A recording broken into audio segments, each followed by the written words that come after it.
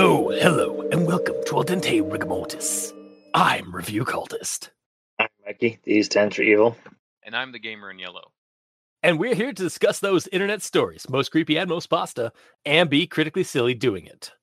And tonight we have, as we continue Jeffuary, Jeff, A First Encounter. So, Jeff, A First Encounter, as I said previously with all the Jeffuary episodes this month, on the Just the Kittens wiki. This one is by Akuuri on the wiki there, so you can go check it out there if you wish. But we'll dive into our initial recommendations. I'm going to situationally recommend it, but otherwise, no. I am not recommending this. I am also not recommending. Okay.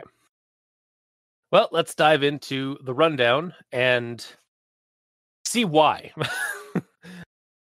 So this dude named Lucas is writing down in his diary and talking to his diary as the main format of the story. One night while working at McDonald's, he encounters Jeff the Killer, though he doesn't realize who it is, disposing of a body in the restaurant dumpster, a fellow employee, in fact, who is in a garbage bag. When Lucas finally realizes that he's helping Jeff dump one of his fellow colleagues into the dumpster, Jeff confronts him and is going to, at first seems like he's gonna kill him, but then spares him, claiming he'll be watching him and kill him later. Lucas runs home after the encounter, forgetting work and not calling the cops about the murder. We then proceed to have the rest of the diary entries show Lucas's insane spiral to becoming a new Jeff the Killer-like entity, who I shall now dub Lucas Red Teeth, because during some of his killings and stuff, his teeth get stained red, and it's kind of a prominent thing. Over the course of some time, this all kind of proceeds. Like, it's about like a month and a half, I think, of diary entries go by. He kills some cops, his former fellow staff at the Mickey D's, and then his two best friends, Greg and Marcus, in horrendous and edgelordy fashion. Though when it comes to his friends, there is a sliver of like sanity left in him that makes him falter from killing them. But then after some moments, the insanity kind of reasserts itself, and he kind of goes over the precipice and like carves his face into a proper like Jeff the Killer face. Upon killing his friends, he then proceeds to head off with plans to hunt down Jeff himself. Finn didn't feel like we should go into like the nitty gritty of the all the killings and like his spiral into insanity, because it's sort of it is the bulk of the story, but it's also can be like kind of summed up. But I guess we'll move on to everyone tolerates the Grand Inquisitions at this point. So we're going to start with this one right at the very start. Here you are. Here am I. Don't you mean here I am? Off to a great start. Like, I think here am I can be, or like is used like kind of like in an old English sort of way, but like I think grammatically it's supposed to be here I am. But yeah, that's literally the first two sentences of the story. So we're off to a great start. You can notice that. Mm-hmm. The next thing here, I'm not sure if I should tell anyone, but no one's going to see you except for me, right, diary? Well, ... I'll try. Okay, so this is going to happen a lot in this story. The author seems to be using 2 dots rather than 3 for ellipses. In fact, he uses ellipses a lot in this story, and that's a whole bag of worms. I don't think you're actually supposed to use that many ellipses in a story. Really not. Especially given that ellipses are for like when like something is unsaid most of the time. But also even furthermore, I learned a 2 dot ellipses is actually invalid for writing in text. It's actually more for coding. So yeah, apparently Yep. the fact that he's using 2 dots in the ellipses, like, yeah, He's literally just writing in a journal, and he's in high school. yes. What's your point? Like, Why does he need to have the 2 dots? like I'm not saying it has. What I'm saying is it doesn't have to be pristine because it's not supposed to be pristine. Because I an English major. Well, it depends if this is a digital diary or a physical diary. which So that- according to the ending of the story, I think it's a digital diary because No, it says jumping into my fucking okay, actual thoughts really quick here, but it says in the story that like, oh, this is looking messy. Oh, I couldn't find a pen or whatever. Like, it keeps referencing physically writing things down. And then this is here. So basically what happened was he made a diary and he had this diary going through as these things were happening. And then he decided, I'll put my story out online and freak people out. So Lucas actually went online and typed this up as a transcript of his written document. okay, So it's both written and typed up. yes, but my statement still stands about the 2 dotted ellipses. It's not supposed to be used in writing, and I know, yes, like Get if that? he doesn't know any better. fair, but then Because I guess I can just throw away my entire grammar inquisition because it's the way the character types and writes. technically, yeah. However, yes, you're right. Ellipses are supposed to be 3, but in this situation, the dude's also freaking insane by this point. I know there's a lot of we're doing a lot of like just like defending of this guy's writing because of the immersion. So like let's just kind of put that, yes, the for immersion level it makes sense. But for the format of our show and also proper writing and like and stuff like that, let's are we okay with like diving into like some of the more problematic like grammar issues, or Yes. okay. I was worried that this was going to happen too, like because I realized while reading the story, it's like when I was taking a whole bunch of my like actual like my grammar acquisition notes, I was like, well, he's insane, and like he's like a 20 something or like a late teen or something like that at best. So like, yeah, like immersion level wise, like if he's writing this in a diary, it makes sense, but it also like it still irks me, like. It bugs me and it doesn't. And there's a couple of like spots where like even for like an immersion level, it makes no sense to me. But Fair enough. yeah. To be honest, but I noticed that the ellipses were all 2, so that did not bother me personally as lightest.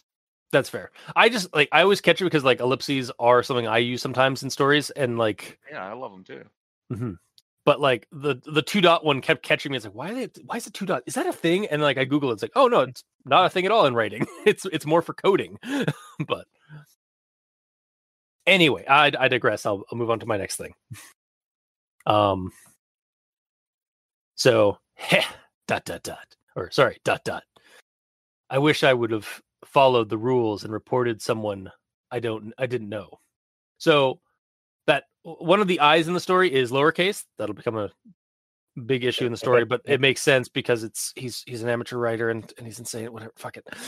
However, also, this happens so much in this story, and like I get it. He's manic and he's writing this down, and like he's insane, but I don't entirely like the fact that he like is writing down his sound effects, like his laughter and his like even some of the other sound effects he makes, like some of the other like sounds he makes that aren't words.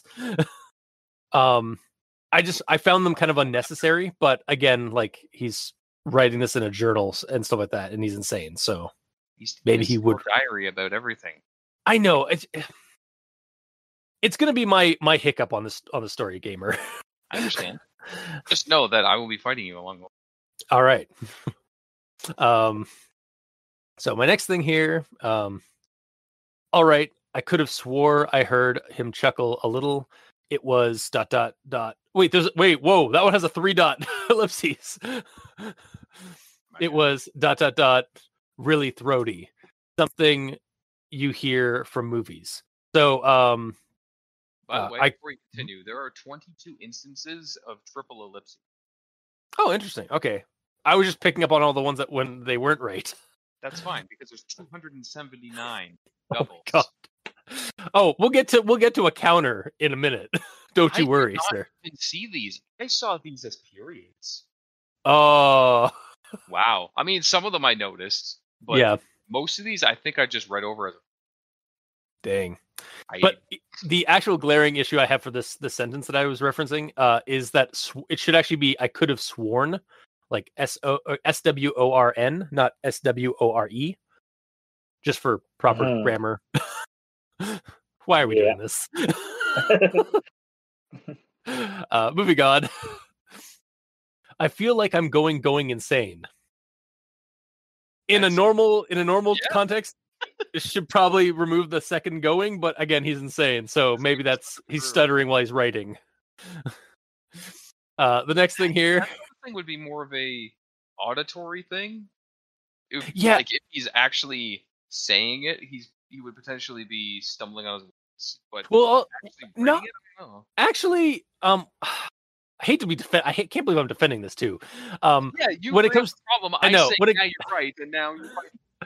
What we always do, we are a constant influx with each other. We are always in battle. We always yes, battle, no yeah. matter what happens. If I take your side, like, oh, you know what, fuck you.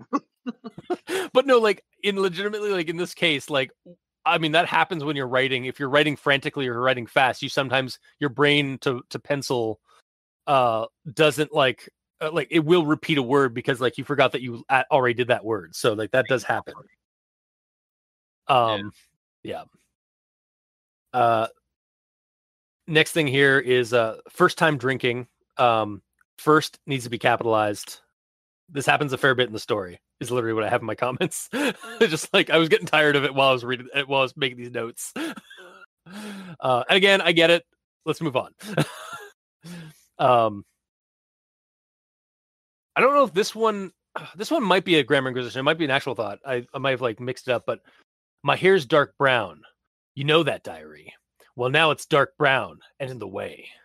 So at first I think I was like, shouldn't it be like now it's darker brown or like black should be there instead of like that? But now that I read it, it kind of like it's like, well, now it's darker brown. Now it's dark brown and in the way. So I guess it's okay. But it just seemed kind of weird when I first read it. That it's repeating itself, but it's like an unnecessary detail to repeat. Yeah. Because it could just be my hair is dark brown. You know that diary, but it's really in the way now. Exactly, yeah. Again, it's the way the character writes. If it went, now it's dark brown and in the way, as in like all caps and then we could have given it a pass, but here we are. Next one here. Not to mention, I haven't washed my head in weeks. So it should be so as it is in the story. It's TOO 2 when it should be TO 2, not. So, by the way, he brings up that his dark hair is like brown and in the way and everything. Yeah. Cut it or tie it up or anything. He just says it. Yeah, he just leaves. Yeah, it seems like he's like maybe he was going to cut his hair or some of that. Like I thought that was going to be the case, but he doesn't. He just leaves it. He's just describing it that it's in the way now, but in the way isn't actually technically in the way because he's not concerned with it. Yeah, he's insane. Let's just go with that. Also, if it's hanging down in front of his face the entire story, how does anyone see his face? Right? He has like a ring girl situation with like the hair going all the way down because it says it covers the length of his face and then like the rest of his face. hair. Yeah. So his whole face that they're like describing the whole time is behind hair. Yeah. It's becoming an it. Yeah, he's yeah. Oh my god, it is a true it story. It is. And then I have a little bit of a bit here, and you'll have to bear with me. So don't countermand me, because like I had to get to a journey here on this next set of comments and stuff like that. So first one here is while you give this. What? I will mute myself, so when I inevitably can't resist yelling at these weird accusations you're saying, they will not come. Go ahead. Okay. So the first thing here, I also decided that I needed to protect myself. So I capitalized like the second I in there, like I needed. And then the next one, I trudged my way downstairs. Again, capital I. And then the next one, I couldn't speak. Lowercase I was gritting my teeth together. And then my comment was, and again, capital I on the second I. And then at that point, I hit a breaking point. I was like, okay, let's just blanket this whole thing. And I went into to Word Find and found that there are 45 cases of lowercase I in this story. So, and yes, it's amateur writing. It's the way the character writes. But fuck. Yeah. Well, I didn't notice it right away, but it gets bad near the end. So Yeah. At that point, I gave up. And again, it could be again, it could be stated that like he's going for it's like we're getting closer and closer to his like full insanity by the end. So like that's why his writing's more frantic and like not giving a shit about like capital I's or lowercase I's and stuff like that. So I'm gonna be honest, I didn't notice. wow. At all. How dare you? It seems like when I was reading this, I was just kind of giving it a pass. Because like I didn't notice the double ellipses. I didn't notice any of these lowercase i's at all. So when you give a story a pass, you become the hero. But when I give the story a pass, I become the villain. It doesn't seem fair. Yeah. You've done this many episodes. It's either you you basically you have reviewed enough to become the villain. My God. Review cultist evolved into review villain. I am review villain. Oh, you have an accent. It's like Jean-Claude Villain. Yeah, of course. From Expendables. Wait, that was Expendables. I thought that was that was his name. His name was Villain. Yeah. Also, story. Yeah. Moving on. And this one right here that I'm about to mention is super nitpicky. Black assholes. It's actually bleh. If you're gonna go with like a sound effect of like bleh, like ugh, God, those people. But yeah, BLECK. Yeah, it's black, like BLECK. Yeah, and usually I like when I see that in writing, it's bleh as in BE or BLEH. So yeah, it kind of bugged me. But welcome to our show today. Although Urban Dictionary. Oh my God, really? Of great distaste or displeasure. Black. This sandwich tastes like BLECK. Yes, on Urban Dictionary. All right, you know what?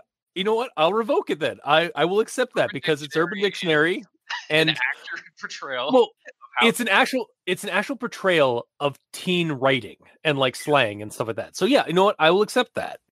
And that's circa 2008. Yeah, that's fine. I've just never heard black, so I'm with you. Yeah, until you looked it up on Urban Dictionary. Oh, I still don't like it. Yeah. Okay. Good. What sound is that? Like they're Black. literally saying black. Like black. That's Yeah. gross. Yeah, because like it's like bleh assholes. Like that's is BLECK does not look like it says. So I don't think they're literally saying bleh. Yeah. If you were saying bleh, you would type bleh. Right? Exactly. Can I say bleh some more in this? Blah blah blah blah blah. Yeah. Well, let's move on. Bleh. It was to hurt him. It was only to get close. I think it should be. It wasn't to hurt him. It was only to get close. I guess that makes sense. Yeah. Then the next one, my accuracy was off. I was stabbing into his sternum, but rather his heart. Again, So first off, another lowercase I, but I'm ignoring that. This point, it was I think it is like my accuracy was off. I wasn't stabbing into his sternum, but rather his heart. So, yeah. Again, a lot of some typos and grammar issues in the story. Just a smidge. Moving to the next one. I sat there. Hang on. Would he be aiming for the sternum? No, he wouldn't be, like normally. But he said he had stabbed into the sternum, and then he realized he wasn't stabbing the sternum, but rather his heart, because he could feel the heartbeat through the knife. I think the whole idea is like either A, he went through the sternum and into the dude's heart because he can do that, or he stabbed him in the sternum and skipped off the side through a rib into the heart. Like, because normally I see what you're saying. Yeah, else, but so maybe because he hit the sternum, it went in and hit the heart. Yeah. So like maybe that rather. So it's like I was stabbing into his sternum, but also his heart. Like maybe that.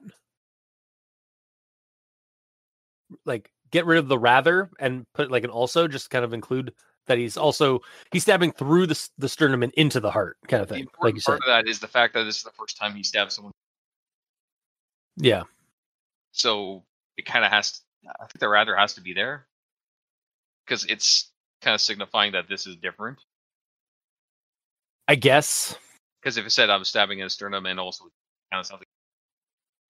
Maybe. I don't know. It's kind of weird. Yeah. Let's move on. I'm just getting more and more sick of the grammar inquisition in this one. No, everyone tolerates it. That means you do too. Damn it. I tolerate it. Doesn't mean I have to like it. Yes. I believe we've never realized that we also have to tolerate to get grammar. It's not just those listening to us. Yes. We are not allowed to complain. We have to tolerate. Oh no, we can complain. We can still tolerate it. Or we tolerate it by still doing it. Okay. All right, moving on. I sat there over top of him, laughing until the only color that remained was the blood that run down his torso. I think it needs to be was the blood that ran down his torso. Yep. Again, with tense. Yeah, you are a tenseman. Yes. This is a tense issue. Didn't we have like some bit? My tense talk. Yeah, your tense talk. Yeah, welcome to my tense talk. All right, I'm done. Cool. Moving on. I wonder if I should have ended his life right there. ... Oh well. ... I didn't. I waited a little while. Huh? Okay, so I think it's supposed to read, oh well, comma, I didn't, period. I waited, I waited a little while longer instead, period. Like, I think that's how that should have read, but the way it was like, oh well, period. I didn't. I waited a little while. It's like there's like words missing. The way that I read it was, oh well, ellipses that isn't there. I did, comma. I wait a little while, period. There you go. Yeah, that works. That's the way I read it, even though it clearly does not say that. Yeah.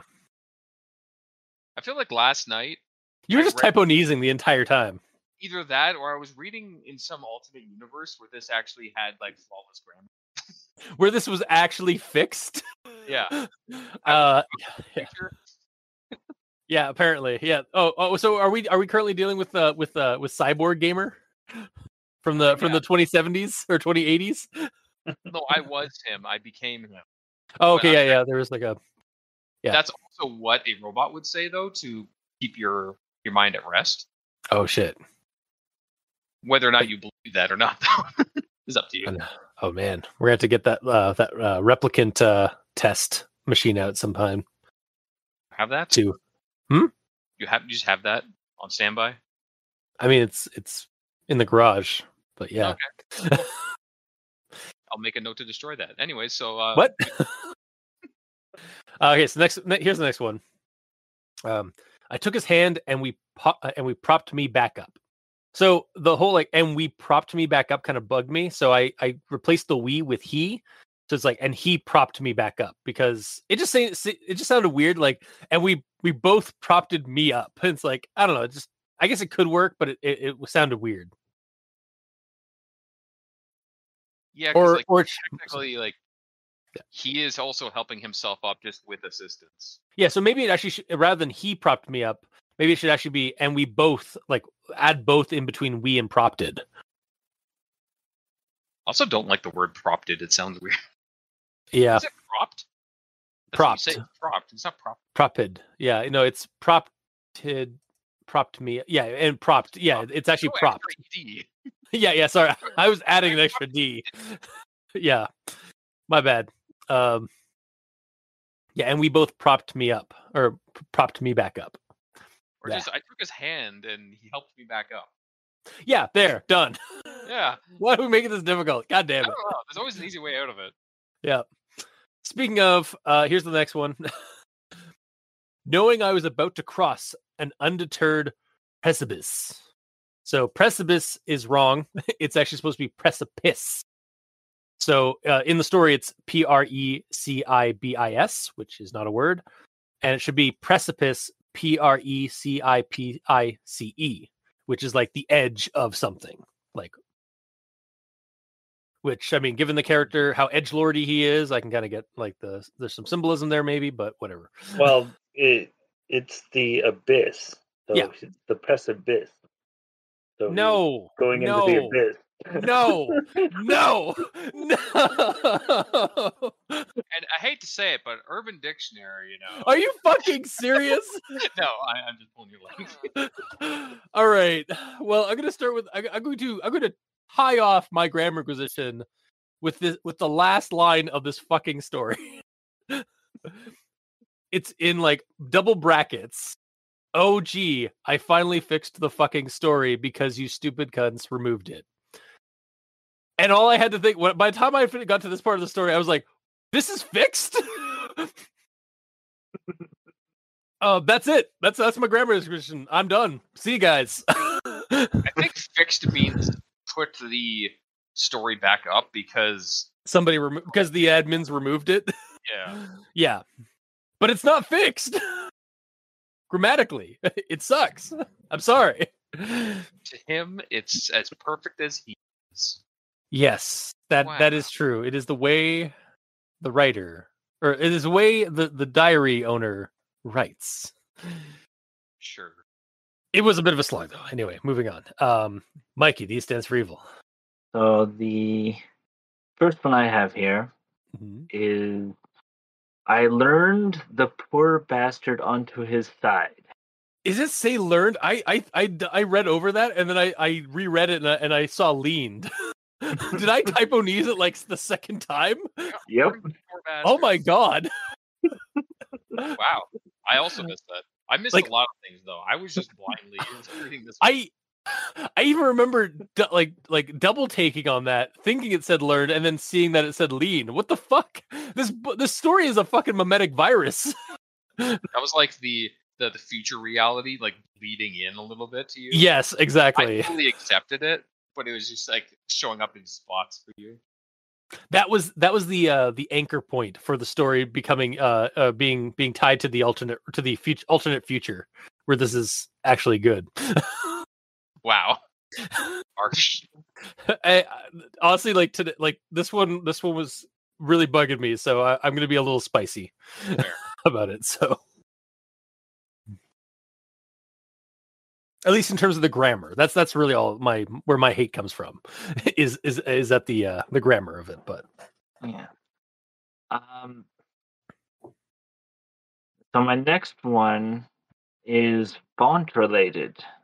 So at one point, the font actually becomes smaller. Oh my god, you're right. It does. Mm-hmm. That is not a grammar thing at all. I mean, it's a formatting thing, which is in grammar. So what I'm saying is, that is how his diary was written. At this point, he's kind of started going nuts, and he's just like writing small. Oh man, like, as he's getting more and more into the writing, he's writing bigger and more aggressively. Yeah, so he's trying to one-to-one copy the same sort of feel. I could accept that, honestly. Except I had to zoom in. Well, that's on you. Have a better resolution on your screen. God. Control mouse wheel. No, that's all you got to do. Yeah, that's what I was doing. It's just so annoying. Fair enough. Anyway. And like I said earlier, at a certain point, I gave up. I was there. There was a point where I almost did, and I was like, no. I will let the hate flow through me. I will go down the path of the Sith. But yeah, you chose the Jedi path, Mikey. Yeah, it's just a pun on the I situation.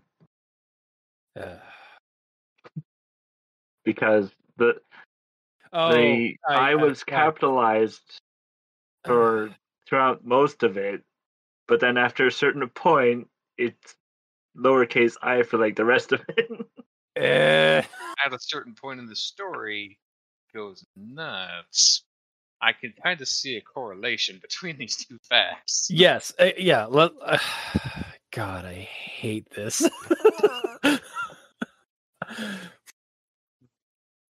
Yep. And then it's time for everyone's favorite section, a conjunction junction. All right. Insert conjunction junction bit here. Boop. It's my birthday.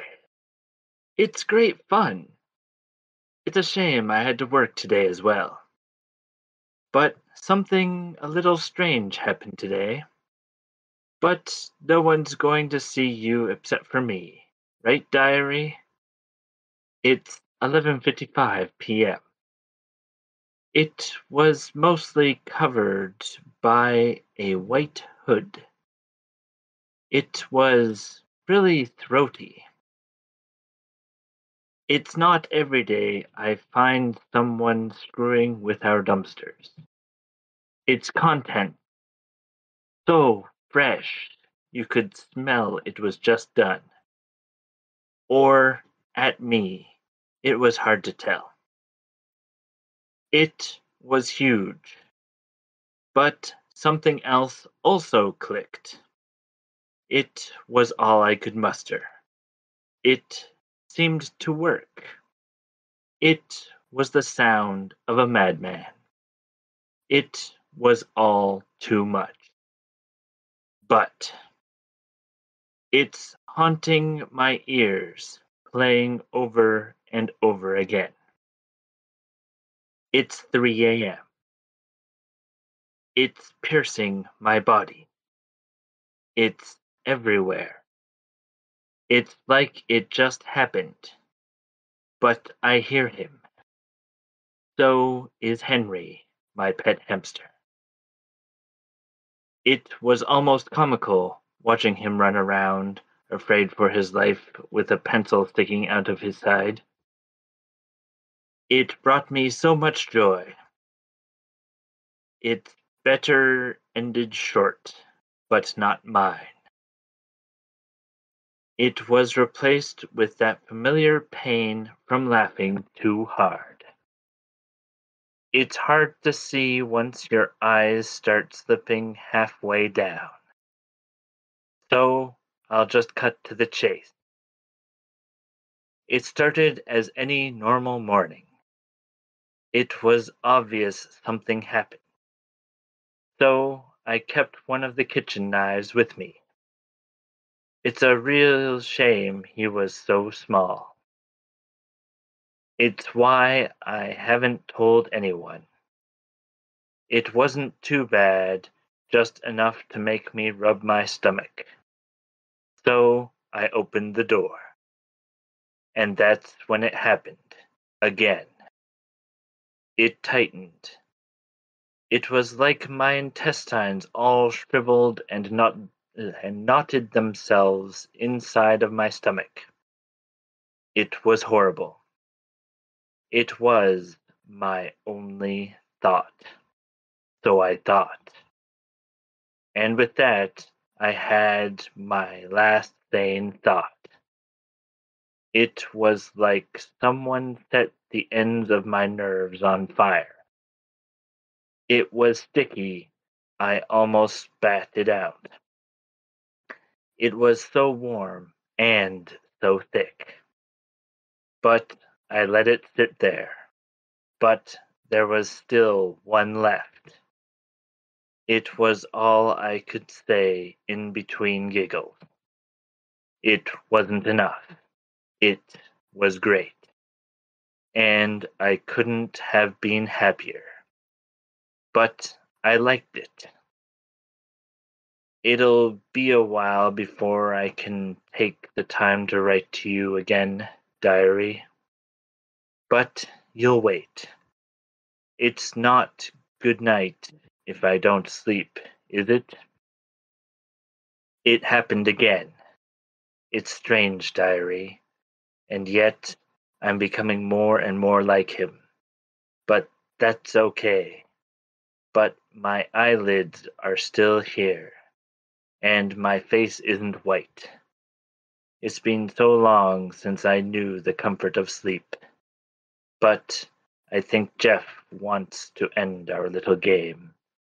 But I saw him the other night, watching me. But not yet. But who's going to stop me? But why only one at a time? It was time to make my appearance. But I couldn't let them know that. It was going to work.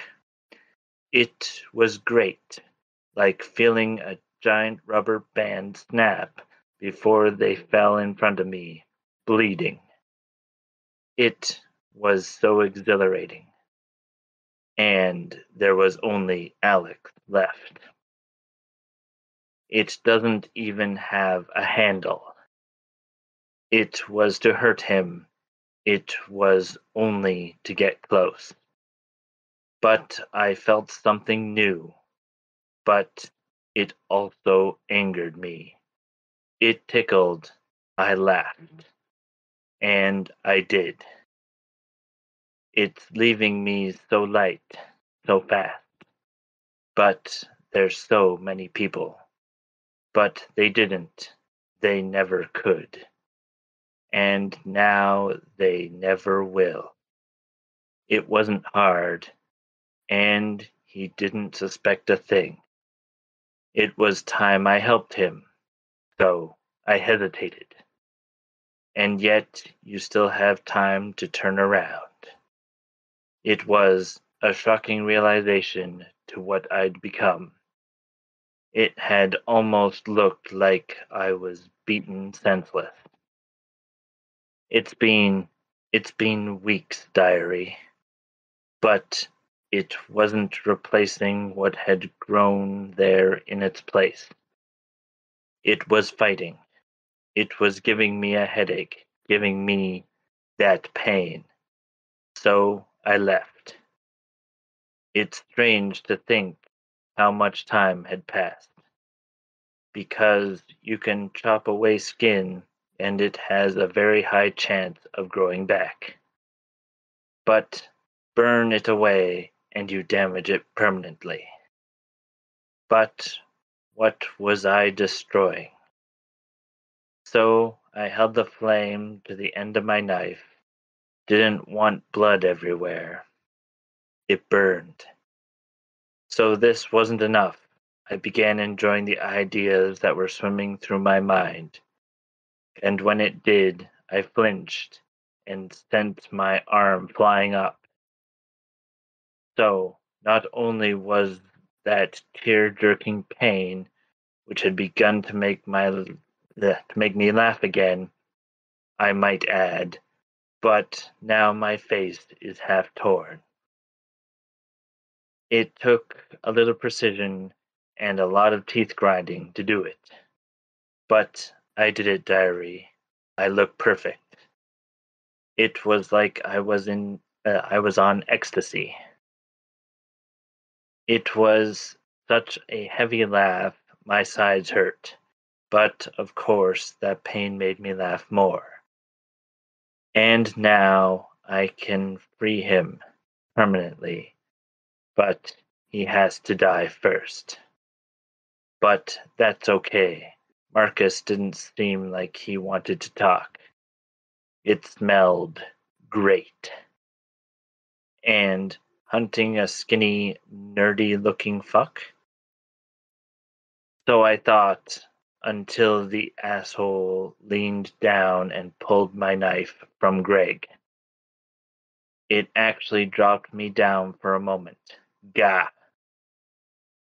But that's okay. He was scared. It woke me up.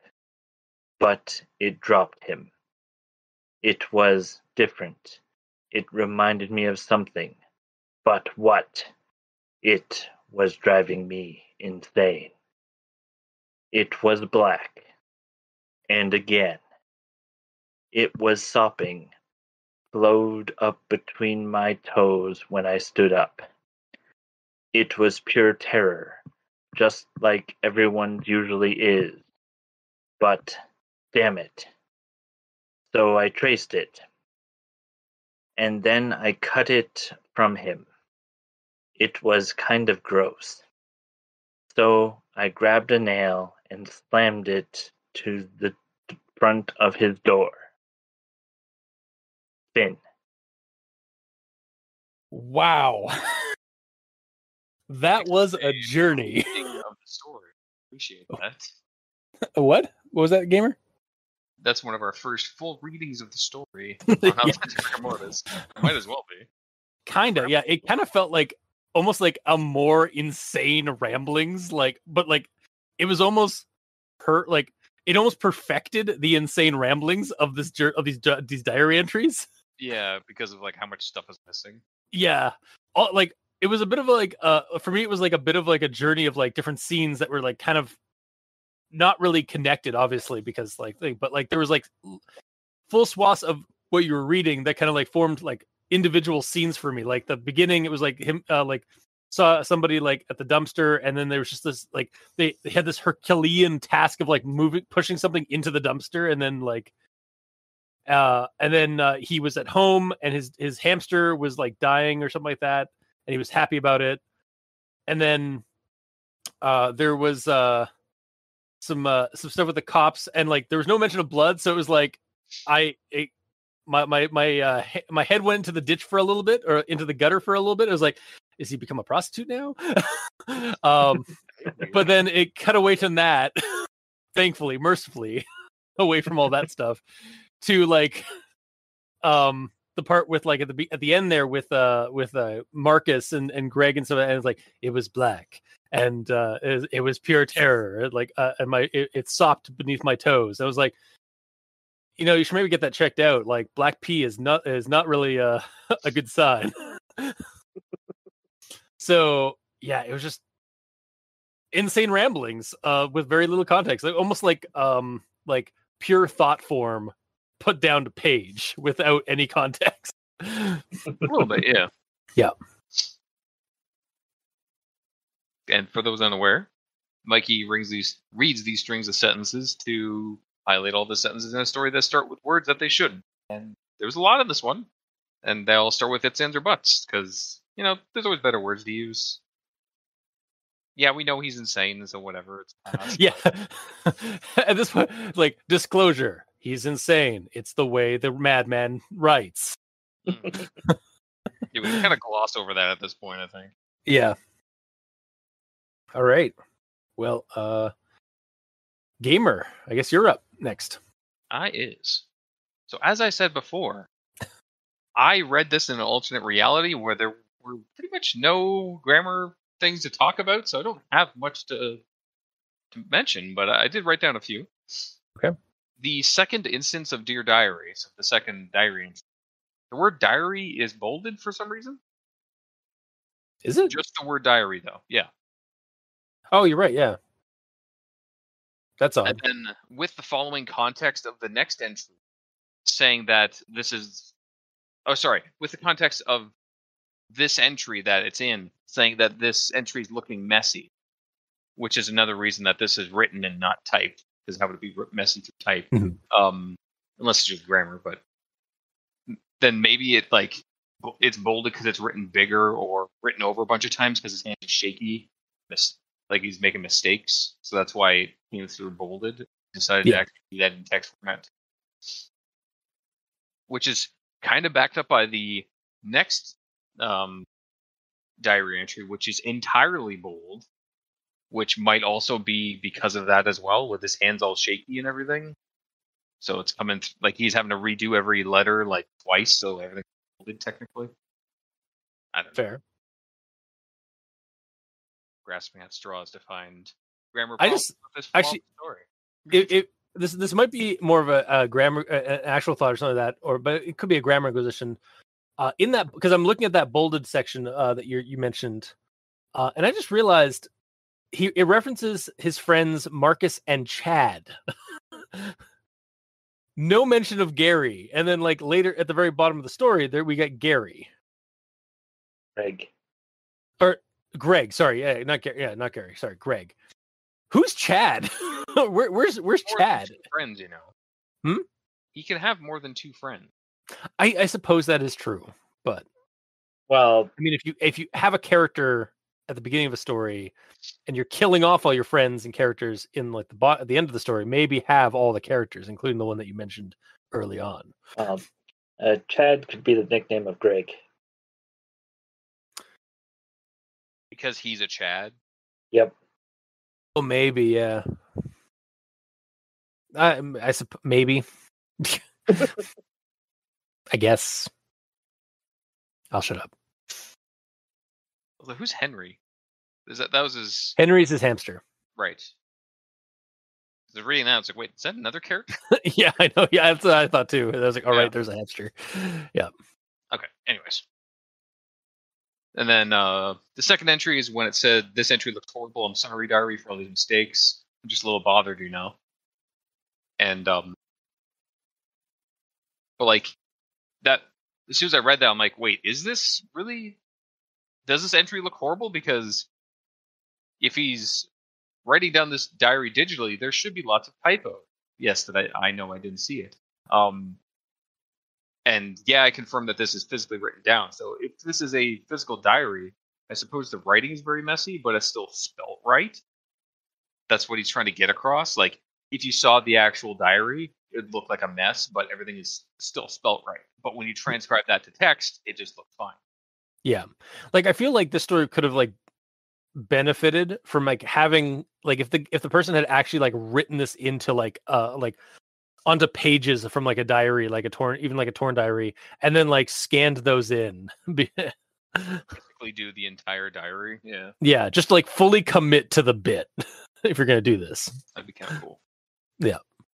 But regardless, I do wish that like in the second or third sentence it mentioned how messy the writing is, because it would build the scene better. Right now, like you get 3/4 of the way through this diary entry and it says sorry for this looking like a mess. Meanwhile, to me, I was reading this like it was just perfectly printed. Yeah. So one thing I hate doing is going back in my head and using an eraser in there. God forbid. Redrawing things, yeah. Because like all the little eraser dust gets like clogged up in my brain. That explains so much. No. I'm sorry. Nothing. Okay, I'll move on. Then we move down a couple of diary entries, and there's no page break in between diary entries here. Because all the other ones, there's like a 3 or 4 line skip in between them, right? But at the one where it's at the end of it is, but there's so many people. Who do I help next?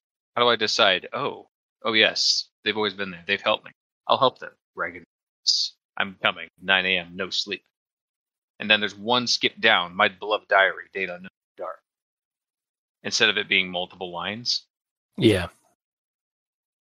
And this one can't even be justified by, he's insane ramblings inside a diary. Insane in the brain.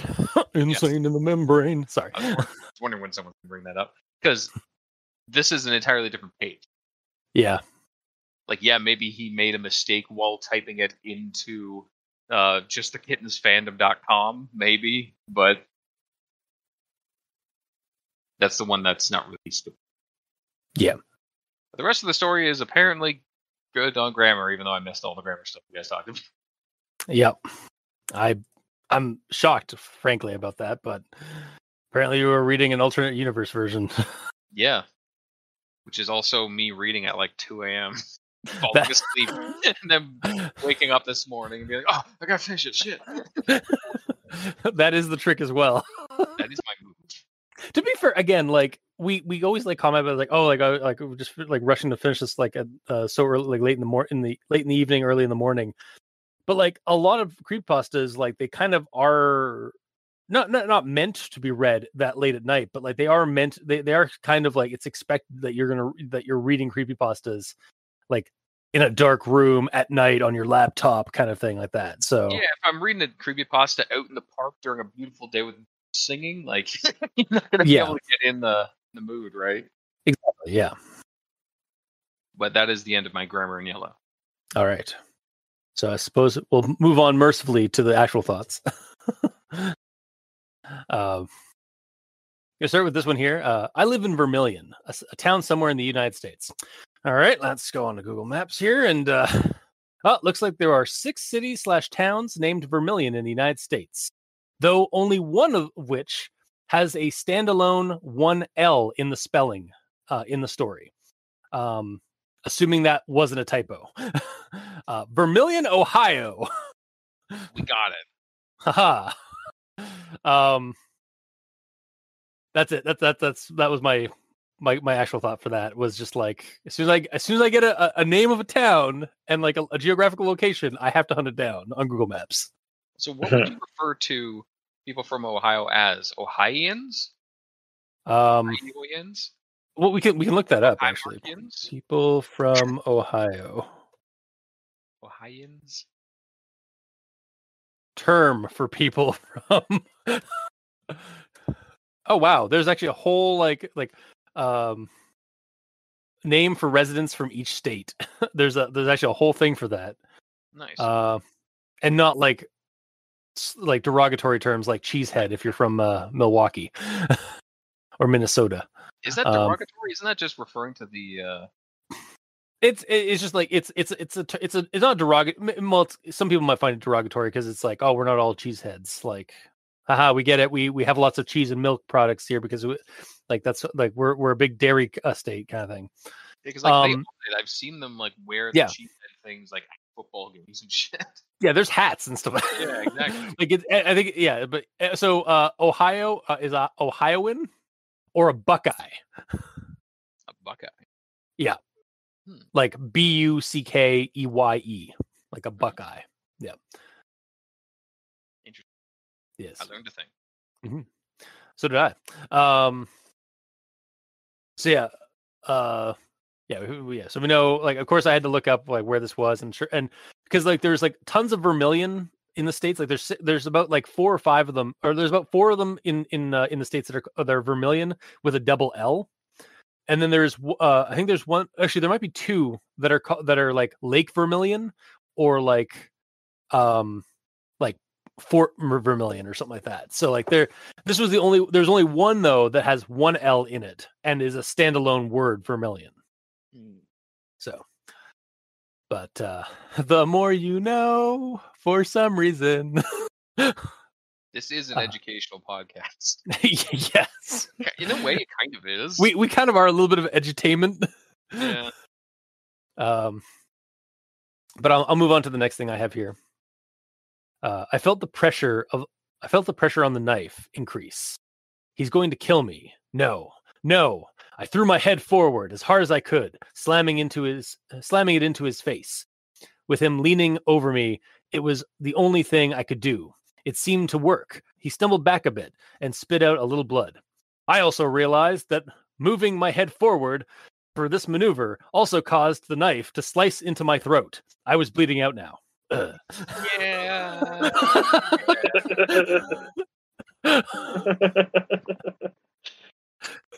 I love it.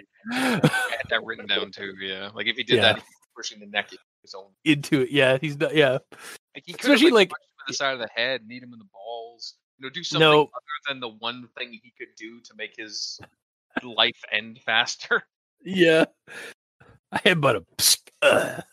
It does say, like, in the next sentence, with him leaning over me, it was the only thing I could do. It seemed to work, is what he said. But, like, I still find that hard to believe that he didn't have any other. Yeah, that comes off to me as like lazy a little, or not lazy, but like kind of like, okay, yeah. I was like, well, it seemed to work. I guess it worked. Cool. We do them twice in this story. I know. Everyone likes headbutts. Yeah. Everyone's got some brain damage from headbutting in this story. I'll move on to the next thing I have here. I ran so far away. I just ran. I ran all night and day. Couldn't get away. Sorry, that's not actually in the story. It's a song lyrics like, and I ran so far away. I think it's I can't remember what who did the song, but it's like Future Me. Boop. The song I Ran by the band A Flock of Seagulls. Boop. Thank you. That song. That yeah, guy. them. Yeah. But back to the actual comment, the actual quote here. So it's like, I ran, period. As fast as I could. I'm not even going to do the periods. I ran as fast as I could. I couldn't go back into work. They would ask me what happened. I couldn't. I can't go through it again. Except for you, diary. You can keep a secret. I guess I have to sleep now. I think it'll be safe. Jeff wanted to watch me, not end me as quickly as he could. So reading this, I was like, okay. So this Luke fellow, or this Lucas fellow, is not in fact in Vermilion, Ohio, but Vermilion, Derpland.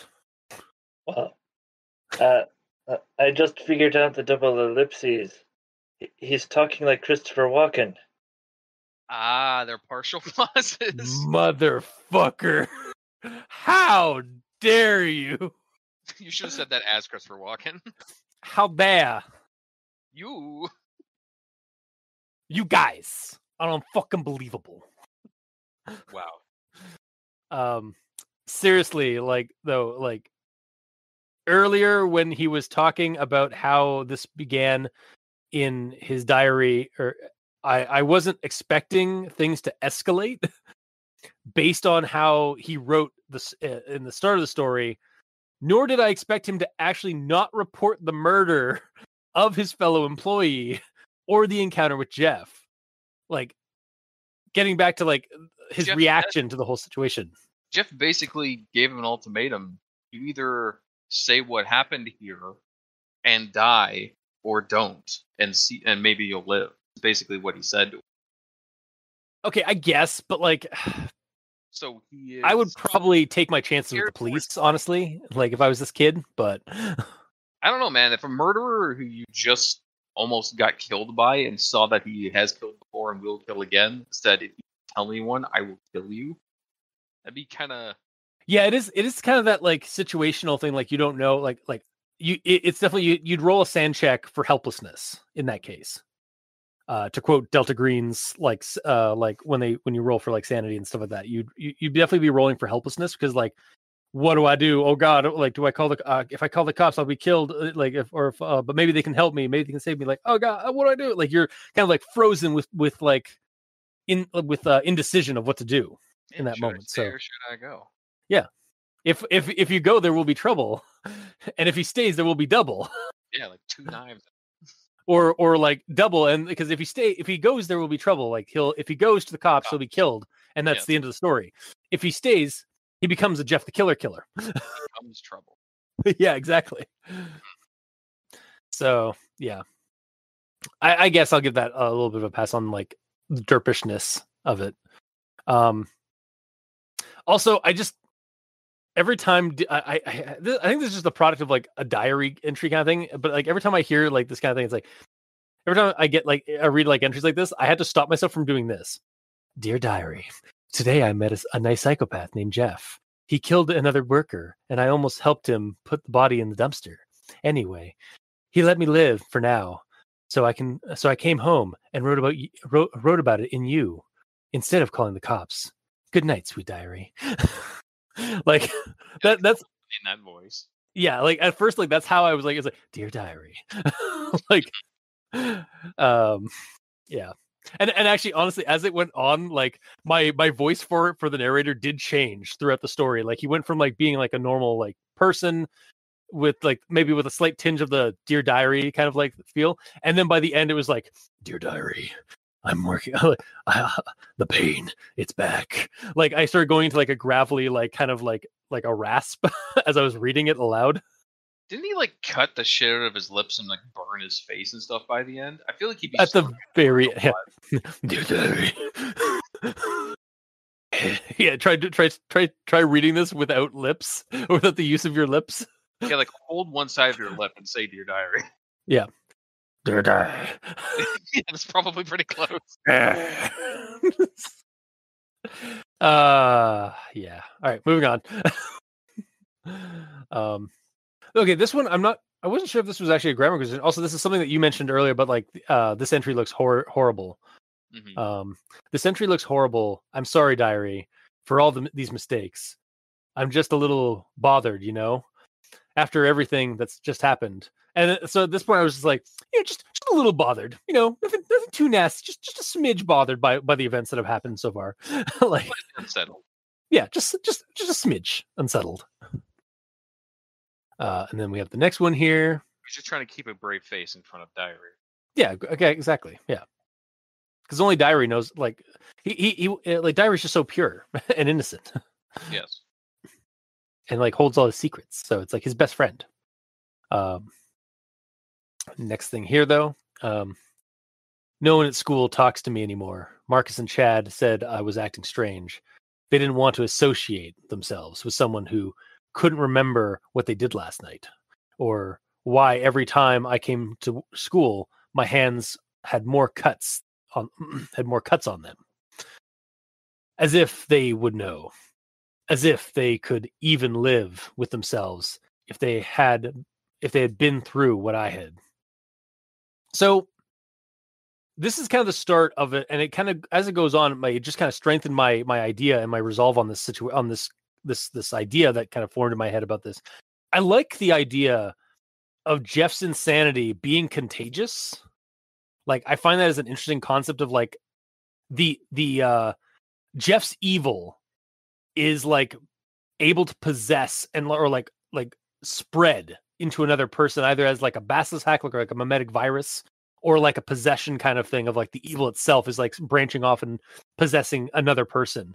And it fundamentally changes the victim, like it usurps their former personality with a copy of Jeff's personality. So like when he was about to kill him, it basically sensed that he's a suitable vessel. Yeah. And that's why Jeff didn't kill him. Exactly. Yeah. Like Jeff sensed something that was like that his like evil could like control or like take, or kind of like he could take root in, kind of thing. So, and I kind of dig that for like, even as I was reading this story and like slogging through it with all the grammar and stuff of that, I did like kind of catch that in the story, and I was like, that's a really actually a kind of cool concept of like a killer that spreads their evil to other people, like to certain people and stuff like that. It's like how they multiply. He but reproduced with Luke.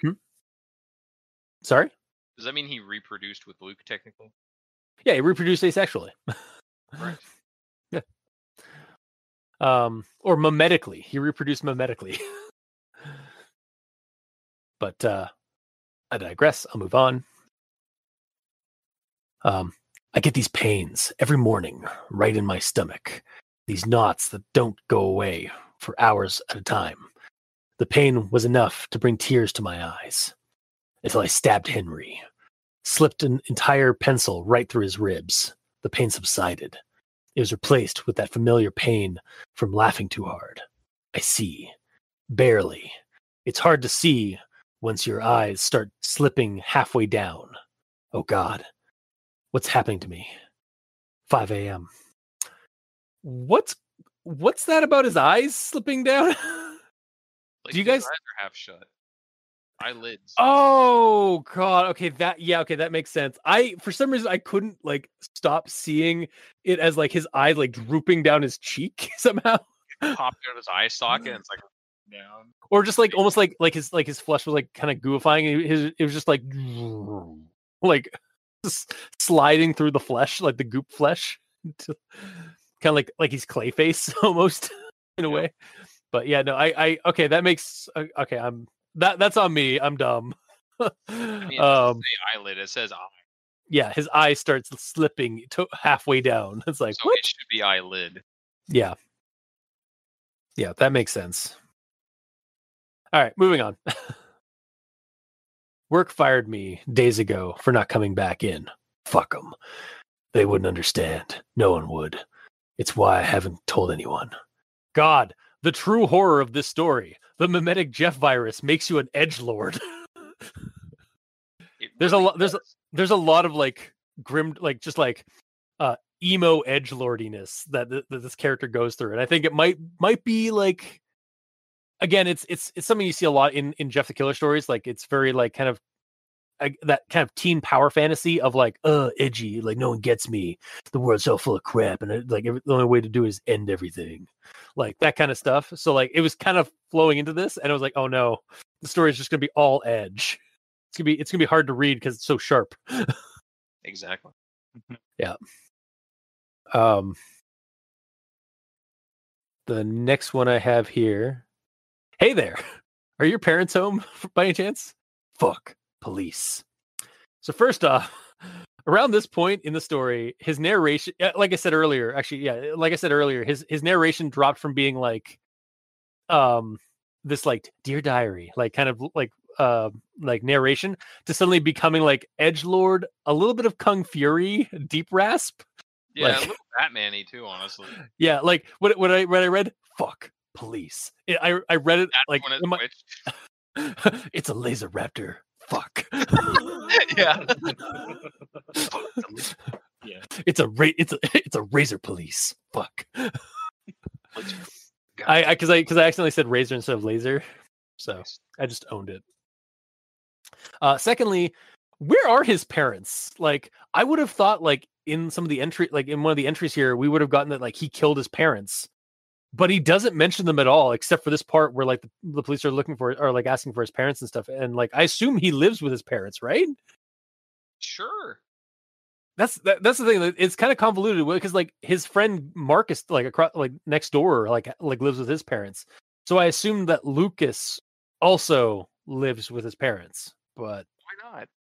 We don't ever see them. So I was like, wait, so did he kill them? But like that's never mentioned. We don't see like, the neighbor's parents either.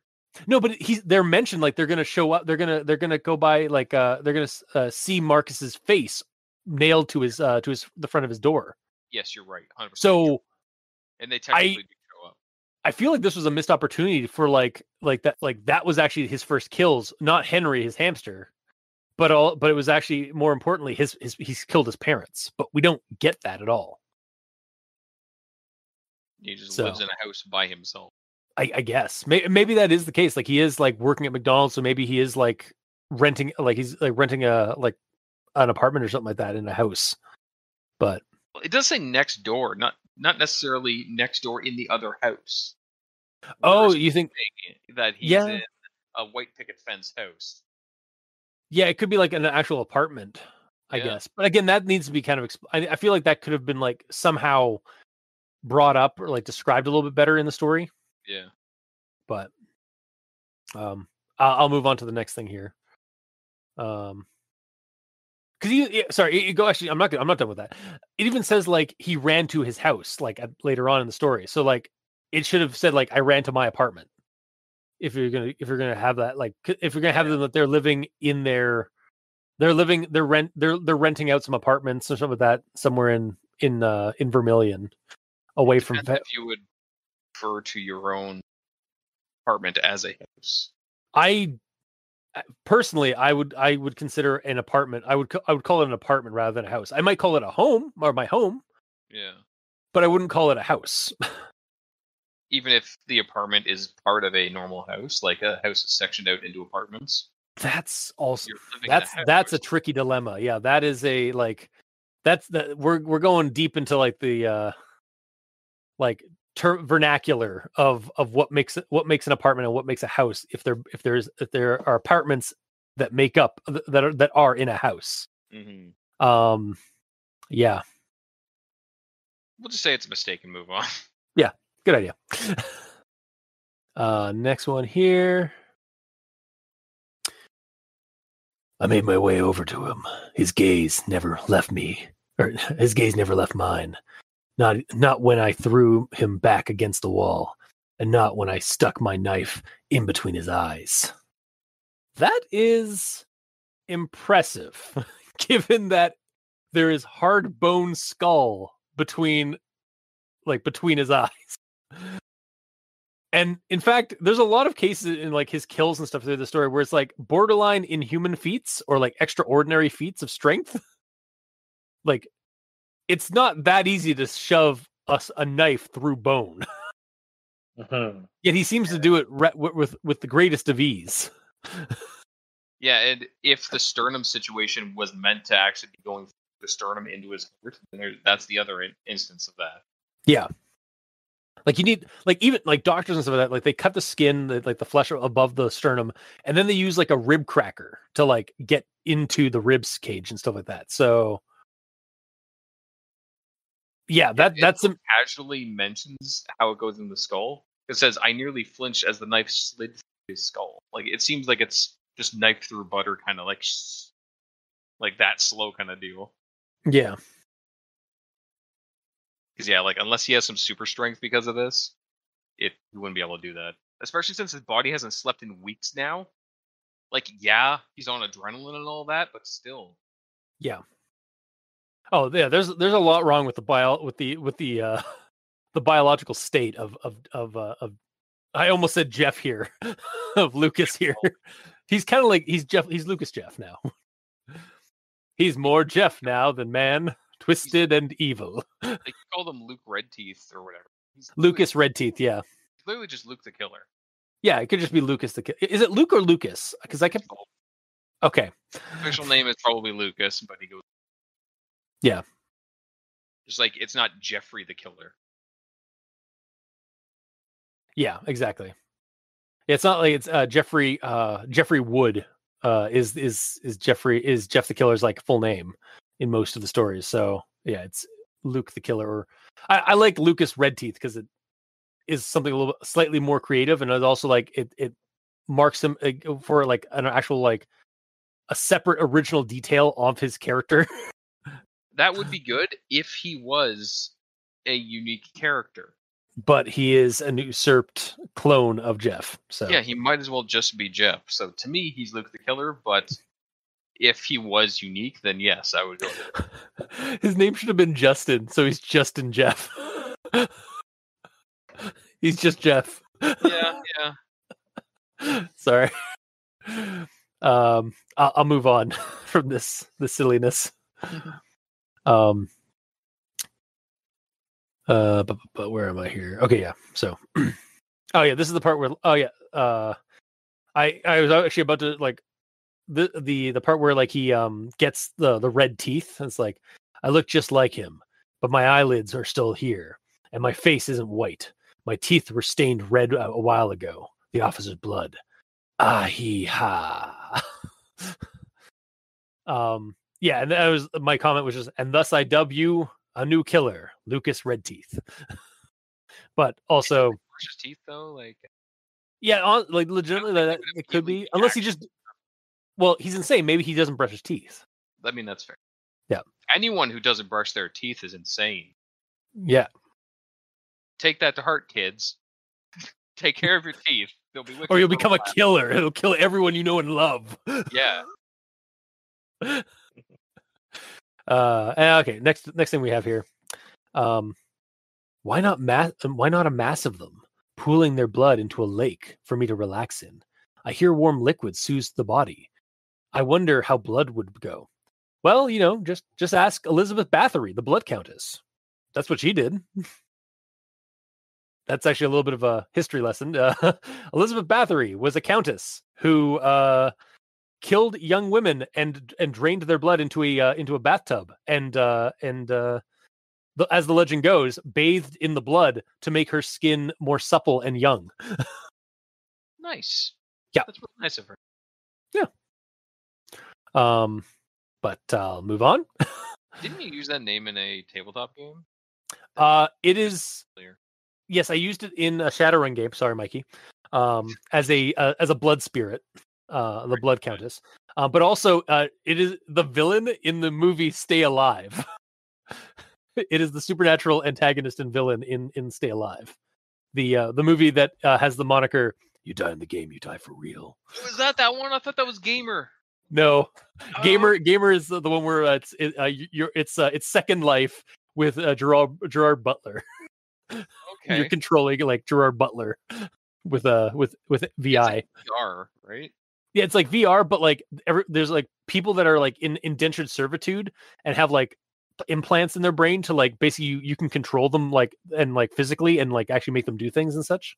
You tell them what to do, but you're not literally. No, you through the VR you live through them in this like fabricated Second Life sort of scenario. So it's kind of like in Cyberpunk the what's it called, like BTLs and stuff like from Shadowrun. Sorry, Mike. No, better than BTLs are better than life. They're software like virtual reality things that like they're virtual like simulations that are so like that are hyper real and like better than actual life. This is actually more of like an Eclipse Phase thing. Like he's basically you're basically sock puppeting another person's body remotely. But they still have their skills. You're Yeah. not using your couch potato skills. No, yeah, you still have access to their skills, their physique, their body. You just don't have their memories and stuff like that, but you have like their muscle memory and all that stuff. Basically, it's there's a person on a couch in a VR system setup playing a video game, but somewhere in like in a stadium like facility, there is a fabricated like world that they've built like in real life, and they're using real people that are being sock puppeted by these people in VR suits or like VR like sets that are doing things and interacting with an actual environment somewhere.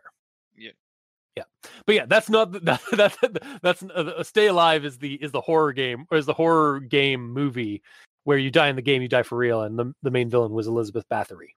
So yeah, moving on.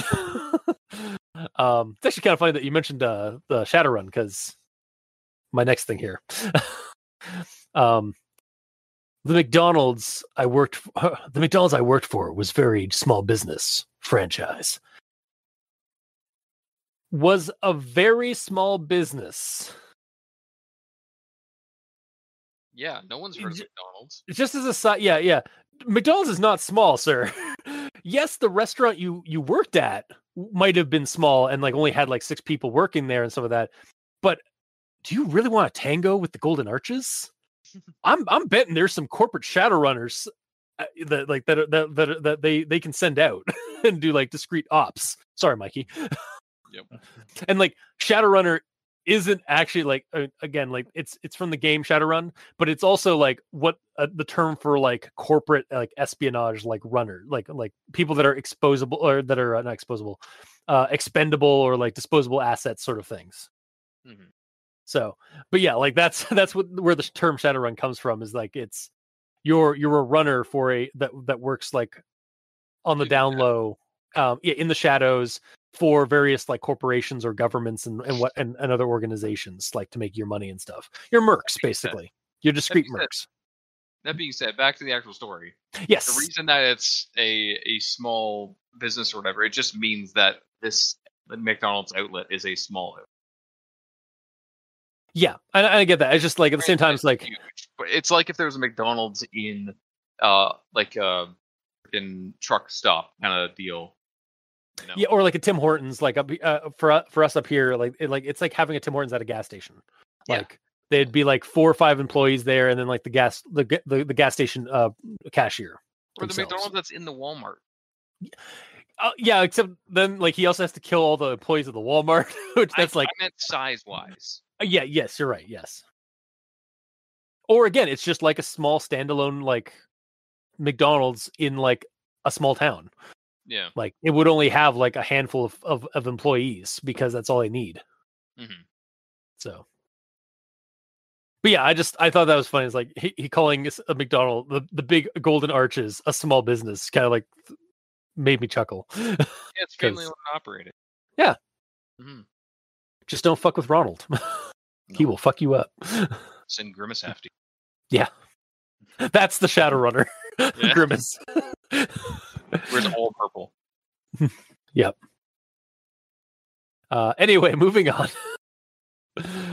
Hang on, I just want to read why I wrote this. Yes, okay. Not a single one of them would be leaving alive. Not a single one of them would be leaving alive. But I couldn't let them know that. How to do this. Sneak through the back and kill them all silently. I walked through the front door. Let's keep names anonymous, in case someone reads you, diary. Can't have them knowing exactly who. Emily, the kitchen manager, approached me at the counter as if to take my order for food. So I know, I understand that like when he said anonymous, he probably meant like he was going to change the names. So like Emily is not Emily's actual name. But to me, when I read anonymous, I immediately thought that it was like he wasn't going to use names, and then immediately used a name. Yeah. And then like, should I go through silently? Quote, Emily. Yeah. And then like, should I go in? Should I sneak through the back and kill them silently? And the next sentence, I walk through the front doors. It's kind of like a comedic like thing where it's like all of a sudden like a Deadpool move. It's like, well, maybe we should like do the smart thing and go in the back and some of that. It's like, yo, what's up, fuckers? Through the front door. Honestly, it's kind of like to go back to our Shadowrun thing again. Sorry, Mikey. He was thinking should he go black trench coat, which is the stealthy professional way, and sneak in the back and stuff like that. But what he did was a pink mohawk, which is go through the front doors and just blatantly like no stealth whatsoever. Yes. I still like pink trench coat. Pink trench coat or black mohawk? I feel like either of them are valid. I think honestly, like there are two different situations that are pink trench coat and black mohawk.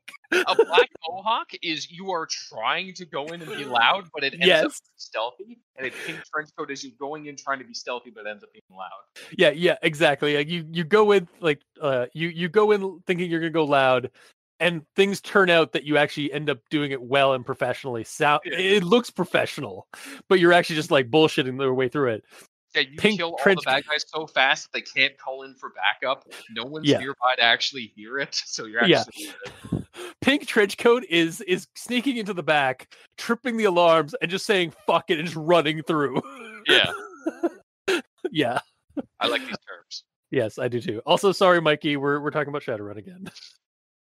One day I'll run the game for you. Then we can stop. Yeah, one of these days I'll run a game in the 2070s or 2080s of our weird creepypasta future. Yeah. Or you know what? He'll be so educated on Shadowrun that we won't have to apologize because he already knows all this. Yeah. Maybe.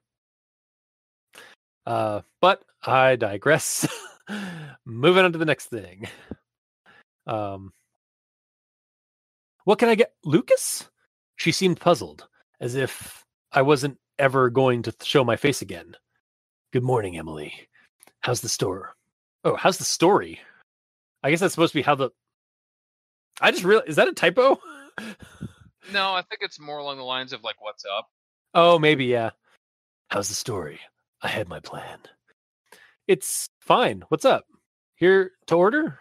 She didn't suspect a thing. It was going to work. No, not really. I just came to talk to Alex, if that's all right. I suppose. Make it quick. You know, we're closing for the night. No problem. I won't be long. I'm in, idiot. I'm in. So it's like a hacker thing. Yeah, it's like I'm in. It's a decker. Yeah, there you go. Sorry, Mickey. So yeah, it was like idiot. It's like, yeah, seriously. he's covered in horrible scars on his face. Maybe not like to the extreme he was like later in the story, but he's still like covered in like scars and looks like kind of looks like a wreck and stuff like that. His How- body is probably covered in blood as well. Yeah. And like, How is also his freaking hair is covering his freaking face. How can anyone tell who he is? So like my thing is like and like the way he's acting, like how is she not reacting more to this like appearance? Yeah. It's like, oh, hi Lucas, how you doing? It's like I'm doing This is pretty good. She rolled sand real well. Yeah, no, she rolled sand. He's like, oh no, this is fine. He's just having an off day, maybe. We did fire him because he was being a delinquent. He's really sad because he lost his super important job at McDonald's. I'm actually surprised like they'd let him back in. I know in some stores, like in some places like Walmart, I know in some cases if you get fired from there, you sometimes get a ban from there. But I think it depends on yeah, how you got let go. Like he just didn't show up, so whatever. so they just they just fired him. Yeah, If he showed up to work one day and like set the kitchen on fire, and that's why he was like purposefully set the kitchen on fire, and that's why he was let go, then Yeah. he wouldn't be let go. Yep. And then we move on to some of the killings that he was doing when he was in to the McDonald's. The other three decided to run for the door. Diary. I blocked off the doors. They happened to leave a bucket of tile glue onto the outside. Sorry. Sorry, Diary. So stuck in my throat. Oh god, I think I swallowed a pea. Oh, that idiot. Okay, anyway, moving on. They happened to leave a bucket of tile glue outside near the dumpster. Figured I'd put it to good use. And as I read, it's like, the hell? Is this some Home Alone bullshit going on? Tile glue? Like, Yep. What the fuck? Like they had to replace some tiles inside. Yeah, but like, it just happens to be outside near the dumpster. Sure, why not? It I was don't outside by the back door, not by the dumpster. Or was it dumpster? It said outside by the dumpster. No. So like there Or- was enough left to seal all the outside doors, but Yeah. it's so little that they wanted to throw it out somehow. And also like quick dry. Well, not necessarily. You don't know how long he set that up. That's true. Also, wait, if he did it to the front door, like if he did to the back, maybe he did to the back door, like Yeah, because he walked in the front. yeah, because like otherwise, how did he do it to the front door without anybody noticing? He walks in. It's like, oh, sir, this is fine. Don't worry about it. I used to work here, you know. You see nothing. And he just stabs the guy in the throat. Sir. Anyway, moving on. I was sitting over top of him, laughing my ass off, until tears were pouring down my face. You fucking idiot! Gah, that made my night. You know, the only thing better would be to. He couldn't speak. See, I had my hand over his mouth perfectly. I watched tears roll down his face as I traced my knife over his chest. So at this part, I was like, wait, is Lucas crying? Is Alex? Both? Like, Why I would could Luke see, cry? like, was it meant to be like the tears were dripping down on Alex's face and like going down his cheeks? But like the way it's described, it almost sounds like Alex is now crying as well. It says, I watched tears roll down his face. Yeah, but he's crying as well. So it's like, did they splat down onto Alex's face? Where does it say that Luke is crying? Laughing my ass off until tears were pouring down my face. Oh, okay. So yes, they're both crying for different reasons. Yes. Okay. All right. Next thing here. The more I thought about it, the more I felt like everything was changing back to how it was before. I looked down at my hands. They were all cut. They were a little red from dried bloodstains. I stepped back and went into the bathroom. Staring in the mirror, I was a shocking realization to what I'd become.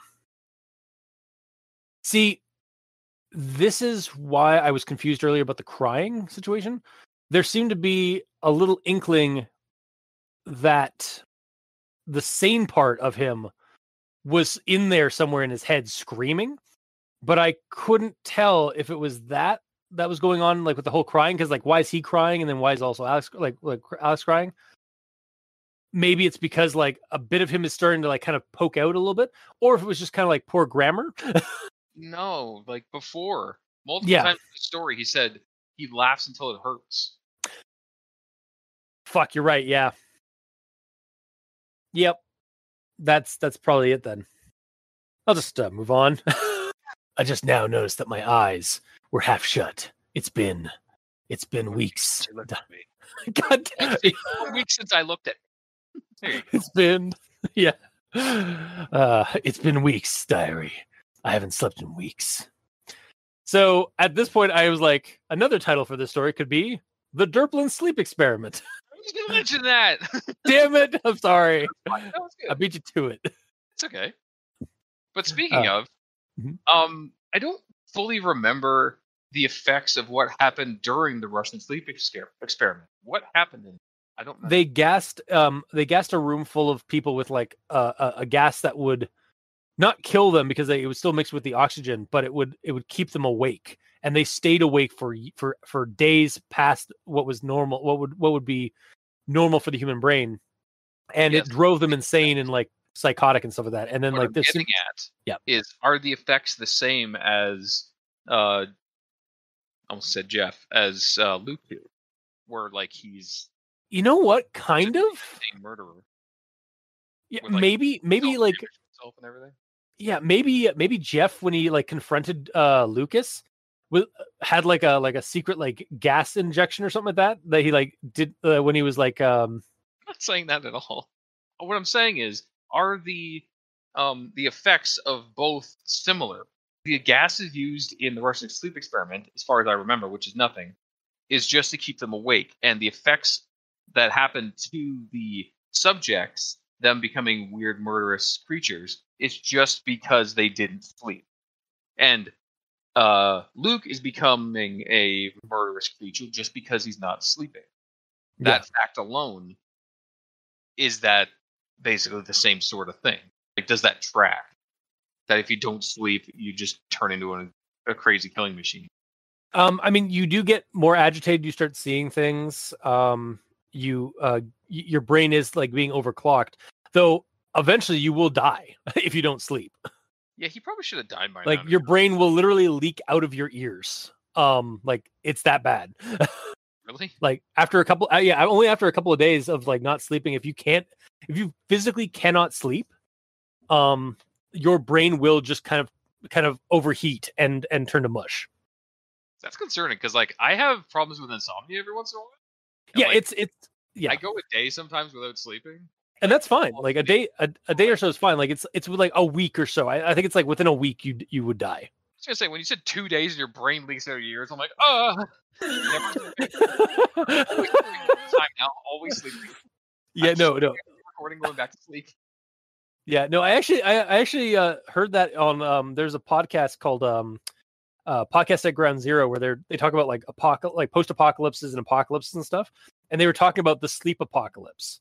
And in it, like the guy, like he actually learned while he was like going through like their stuff for the episode that like at a certain number of days of not sleeping, like if you physically cannot go to sleep, if you cannot shut your brain off with those like to sleep and stuff like that, it will basically kill you because like your brain will just hemorrhage. Mm-hmm. So how Luke is still alive, I have no idea. The evil of Jeff is compelling him. So this isn't just a pure insanity thing. You're saying that there's some mysticism going on. I think there's got to be, because some of the things. Well, first off, some of the things that this writer puts in the story are just blatantly biologically wrong. Like he has to have been sleeping because it's been a month and a half since like over the course of the entire thing, and he has not been sleeping. There's also something that's going to come up right now, actually, in my next note, that just made me groan in pain. It seems like that's a move of mine. I tend to reference your next note a lot. Yeah. In fact, here it is. It's like, I went into the kitchen and dug through a drawer until I found a lighter. Perfect. Why? Why a lighter? Because you can chop away skin and it has a high chance of growing back, but burn it away and you damage it permanently. So, yes, technically, if you chop off skin, like, skin does grow back. But for what he's doing, like chopping off his eyelids, those eyelids are not going to grow back regardless if he burns them off or not. Yeah, he's not Piccolo. He can't just regenerate massive amounts of flesh. But that is the character's like view, is that, well, skin grows back if you cut it off. So therefore, my eyelids will grow back if I don't cut them off and burn them as well. So, but that's wrong. That's biologically wrong. It does drop a like Deus Ex Machina situation or whatever, but like he's insane. Yeah, I know. Yes, I understand. So I'll move on to the next thing here. Actually, right before that line, because I jumped ahead because I realized like it was prevalent to our discussion previously.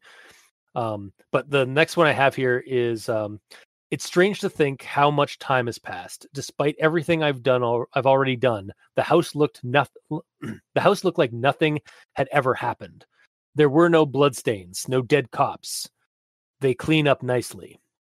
So I almost thought, and this could have been cool in a story, that he meant that someone had come in to clean up his murders, like in John Wick. There's like in their secret assassin society, they have a group of cleaners that like clean up messes and stuff like that, of like kills and stuff. I know that's not the case in this, but that would have been cool. It's like, that would actually been really interesting if there's like a secret society of Jeff the Cleaners. Yep. Like a cleaning crew that cleans up like the killings of a newborn or of a newly forming Jeff the Killer. Or because it does say a couple times that Jeff's just like watching him. Maybe Jeff cleaned up his murders because he's curious how this guy's progressing. Yeah, that could be it. Yeah, so either like a cult of people that worship Jeff, because I mean that would also work in line with like kind of as a commentary to the Jeff the Killer story and the fandom of Jeff the Killer, and how they're kind of like just a bunch of like obsessive edgy teens. Bunch of people with murder boners. Yeah, basically. So like it would be interesting if there was like a cult of people that like followed Jeff around and like cleaned up his kills and stuff like that for him, so he didn't get caught as much. Mm-hmm. But and they were doing the same thing with Lucas because he's a new killer that's coming into his own kind of thing. Or yeah, it's Jeff watching him and like watching him like a father to a son, or like a mentor. I'm assuming it's probably just he cleaned up his own bodies though. Yeah, obviously that is what happened. I guess he's just complimenting himself on his own cleanup or something. Yeah, the fact that like the house doesn't look like a mess that he made that day. With the dead cops, yeah. Maybe the authorities showed up and got rid of the bodies, but if it was the cops, they wouldn't have cleaned his house. They would have just taken the bodies and marked his house as a fucking crime scene. They would. Yeah, they would have. Like honestly, this entire story would not have existed if that had happened. But yeah. Also, where are Greg and Marcus? Did they not follow their friend who came over in that state, and then fled back to his own house? Like as if something was wrong. Like seriously, no reaction from Greg or Marcus about like their friend coming over and then like running away.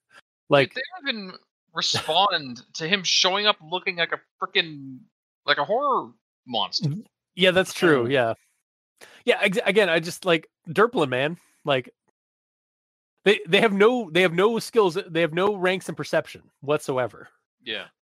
In fact, they get judge intent actually. Yeah, no judge, no perception, no judge intent. Like they get disadvantage against the judge intents and sense motives and perceptions. But I digress. I'll move on to the next thing here. Hey Jeff, I look like you now. We could do things together. We'd be like brothers. You could be that older brother I didn't have. We could be brothers. It's almost like we finish each other's balls. What? Kicks him in the balls, knocks him through his own house. Yeah, so I had to throw that in there because we'd be like we'd be like brothers. As a reference to Kung Fury, if people aren't aware, and if you aren't Yeah. aware, go watch this for free. Yes, YouTube. please go watch Kung Fury on YouTube. It And is thank us later. the best 30 minutes of your life. Yes. And the scene I'm referencing is Hitler talking to Kung Fury. It's like, we could be brothers. It's almost like we finish each other's. And then Kung Fury's just like, balls. And then he kicks him in the balls and sends him flying. I can't believe we referenced Kung Fury twice. It's because like I was like inflecting a Kung Fury kind of voice for Lucas as the story went on. That's fair. And then my last actual thought is this.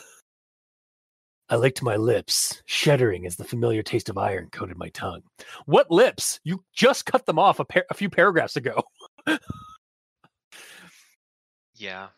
So yeah, that's how I'm ending this. My actual thoughts. Cut them off. Yeah, he cut them. Yeah, he literally like cut off like the last like couple paragraphs were him like cutting his lower lip and then his upper lip, and that's why he got those scars. All like he had to carve out his like cheek and stuff like that as well. Yeah, because he found his lips were unnecessary. Yeah. So he cut them off, but he slipped and it went up, caught the like edge of his mouth, and did the smile. Yeah, and it was asymmetrical, so he had to do the same thing to the other side. So I wish he kept the asymmetry look. Yeah, that could have been cool. Actually, he could have been like, "Oh, it looks like I have like a really huge smirk now." Yeah, he's just. I'm. Yeah, this is what you did to me, Jeff. Yeah, I'm here. Like he's just smirking the whole time. There's the ever smirk. Mm-hmm. Yeah. But yeah, that's my actual thoughts. So, Mikey, these stands for evil. You're up. All right. My actual thoughts are just going to mimic a bunch of stuff that you've said. First one here is the response from Emily at McDonald's. Like, why didn't she notice the bloody teeth and whatnot? There's something clearly wrong with that man. And then it comes back to something we talked about earlier, is that his hair is covering his face. Yeah. Yep. So basically, he's the only person who has hair covering his entire face. He's, I guess, done this since the beginning, so everyone realizes it's him. Yeah. And also, there is a lot of time spent in this story fucking up his face and making his face messed up and unique, and then it's just covered by hair. So So you never see it. Yeah. Like I can understand if the bangs like went down like just slightly over his eyes, like that's fine. But it legitimately describes it as going right down to his face, like over his face. So like down to the bottom of his face, like down to his chin. And so it's not. Yeah. And I jokingly said it's like because it hit, but I don't think it's solid like that. It's meant to be like loose, like not. It's like Yeah, it's like bedraggled and like kind of like there's some. Obviously, you can see through them, but like it again, it's still going to obscure the whole like point. Kind of like what seems like a journey in the story is his face becoming more and more like Jeff's. Mm-hmm. Yeah. And then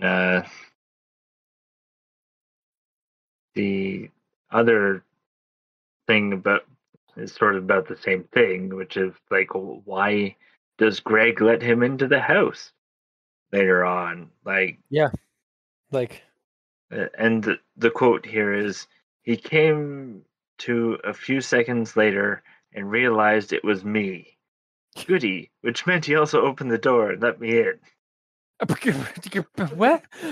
Yeah. Over there like after screaming, like in fear. Go over there saying that he knows that he can like just tap on the window and jump scare his friend, and his friend would be okay with that. He would see it as a joke. Oh, that's true. Yeah. So I think that's how he got past that. But when he didn't drop the act and he just kept her going, like kept the act going. Yeah. Yeah, there's definitely some red flags that these Derplanders are just not seeing or perceiving. Yep. Yeah. And then my other note here is about the police officers. Like, why didn't the second police officer draw his gun? Well, he was too busy pissing himself. Also, apparently they were rookies. No, he says they were rookies. They didn't even have guns yet. Yeah. So yeah, it does actually say that in the story to explain why they don't pull out their guns. So Derpland is sending rookies on their own without means of protection. Yeah, so it really should have been like my inflection for the police officer earlier should have been like, excuse me, sir, are your parents home? Like, He did like fumble, being like, what's your name? Lucas, right? Like, Lucas. yeah. Oh, okay, sorry. Yeah. And then the other thing, like, where's the rest of the police department? Because if a couple police officers go missing, they're gonna try and track them down. Yeah, Especially if wait they were, a minute. Yeah. especially if they were on the clock when they went missing. No, they won't, because he killed the entire police force. So it was just two people. Yeah. No, not of Derpland, but Vermilion Derpland, like the town of Vermilion in Derpland. Mm-hmm. So, my thing here is that, like, so if this was if his house is actually a house, as I originally thought it was, there's just a police car out on the front, like at the front curb of the house, and it's just been there the entire time collecting dust. Like somebody's come by and like taking the tires. It's now on cinder blocks. I assume if he cleaned up the bodies, he also got rid of the car. Yeah, or a lot of shit that was not mentioned to us that should have been, that there was actual cleanup work done. Yeah. Yes, he killed a couple of cops on duty that I'm sure they checked in saying, "Oh yeah, we're gonna go check out this Luke guy for whatever reason we're here for," and then they don't respond in. They would be sending backup. Yeah, it would. And it would definitely be his house would be a crime scene. Yeah, this whole like the whole cop thing makes no fucking sense. Like right off the hop. Yeah. Yeah. Unless there is unless Jeff is in the background killing the entire police department for Lucas so that he doesn't get caught. Yeah. That's what we're not seeing in the story because it's told from like one perspective. Lucas writing in his diary. What we're not seeing, is in the story is all the background work that Jeff is having to do to keep this kid alive and not imprisoned or anything like that, so that he can fester into a Jeff killer. Mm-hmm. Now I'm just picturing like Jeff after like killing the entire police department, like, like on his like holding his knees, like kind of like just taking a panting, and just like, fuck, goddamn God. Luke walks up, just stabs him in the heart and kills him. My progeny, yes. I like how I'm like I've walked away from my computer and I'm like I'm miming this stuff. Like I'm like physically acting like this stuff out in my room. That's how you know it's a good story and you're into it. Yeah. That's you know what, that's how we know it's a good episode. Oh, okay, there we go. Yeah. But sorry, Mikey, continue. Yeah, there's so much that doesn't add up for this. So I just Yeah. On the police side of things, anyway. Mm-hmm. And so that's into my actual thoughts. Okay. On to Gamer. My go. Okay. So when I first read the intro to this story, for some reason, I thought it was Luke talking to Jeff. Like he had Jeff tied up. He was going to explain how he got here before he killed him. That would be so good. Yeah. So like, of course, I assumed by the end of it, it would have had Jeff being killed or at least attacked or something. But no, that didn't happen. Damn it! You made it. You pulled a Mikey. You made it better. I'm sorry. I'm not sorry. I made it better. But maybe that's why I kind of went into this with higher hopes and like I was into it more because I saw that interesting first scene that didn't happen. Yeah. but I kind of blame reading this late or whatever, or reading this in an alternate dimension as the reason for that. But regardless, after rereading the intro, after reading the story, as I said before, he's literally typing this into like jtk.fandom.com to spread his story. And that's who the target audience is when he's talking about him and you here and all that, which is less cool, but it's fine. Mm-hmm.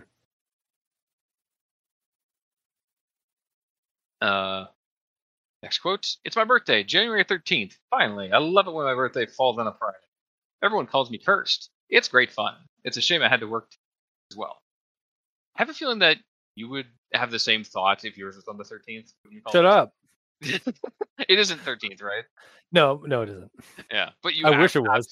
Yeah, exactly. Yeah, no, I wish it was. Either that or like the 31st of October would also be like the ideal the ideal birthday for me, but it's not. I feel like if it was the 13th and it was on a Friday, you would have to be gifted a machete of some kind every time it happens, and you have to hold it all day.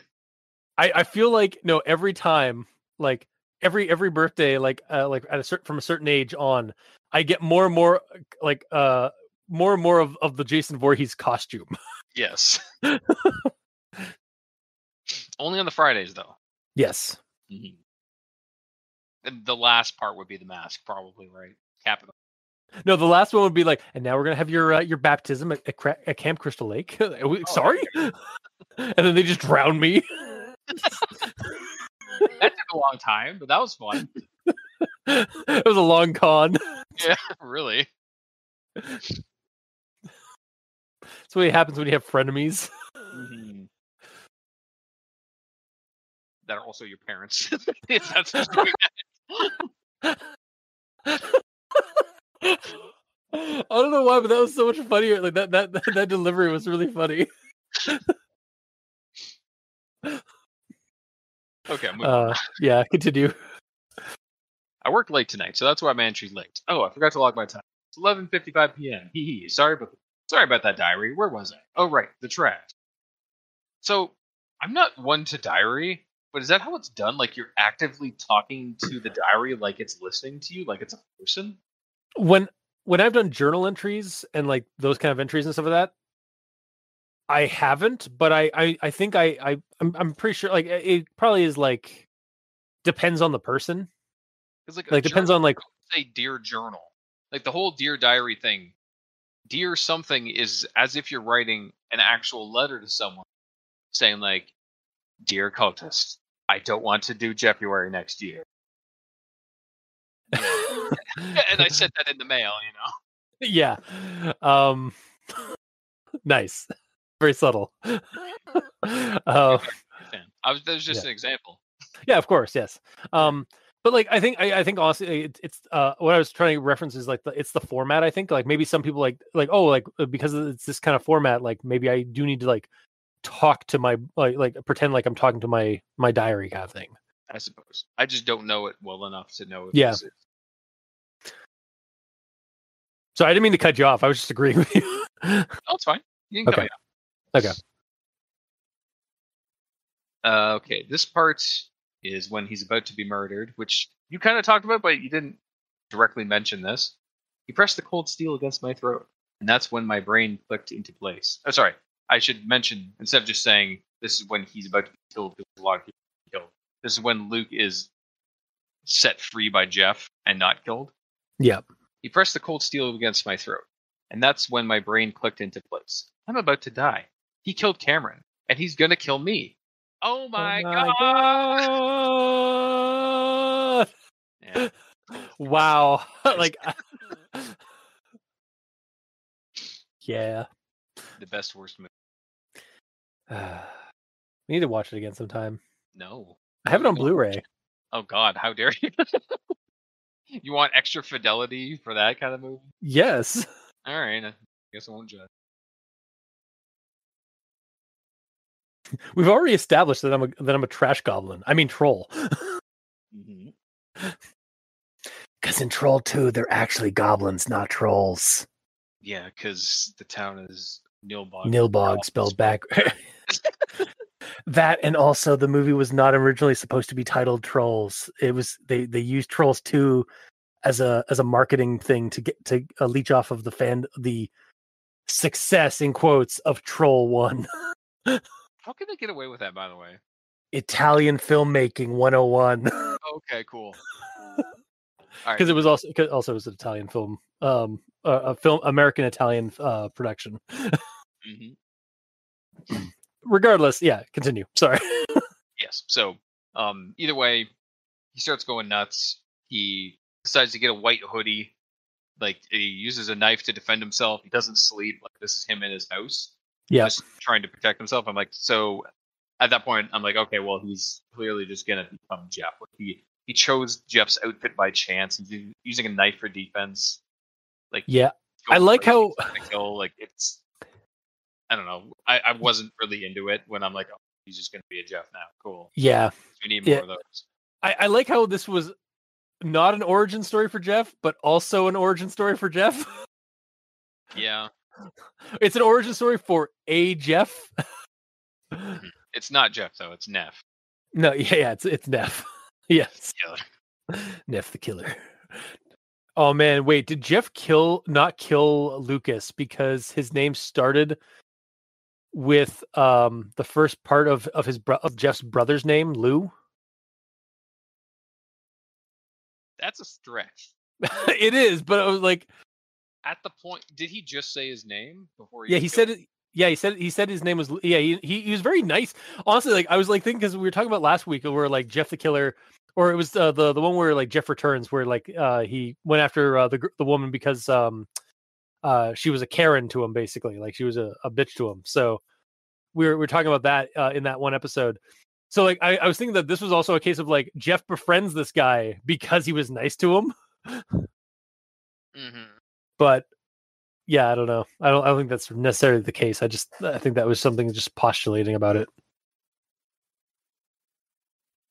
Yeah, because he literally said the reason he left him alive was this is the first guy that actually well with the headbutt and such. Yeah. But either way.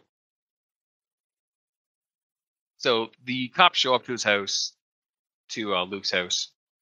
Falls out of his chair. One cop coming over to check on him. And quote is, "I remembered the feeling went away when I killed Henry.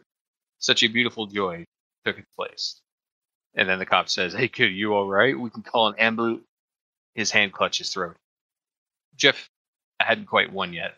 This was only the beginning. These were low-ranked officers. They didn't even have guns. Let's film it. I laughed as his blood sprayed over me. But does it outright say what happened? Just that he clutches his throat? It's insinuate. It's being subtle. It's reading. You gotta read between the damn lines there, gamer. I know, you cut me off.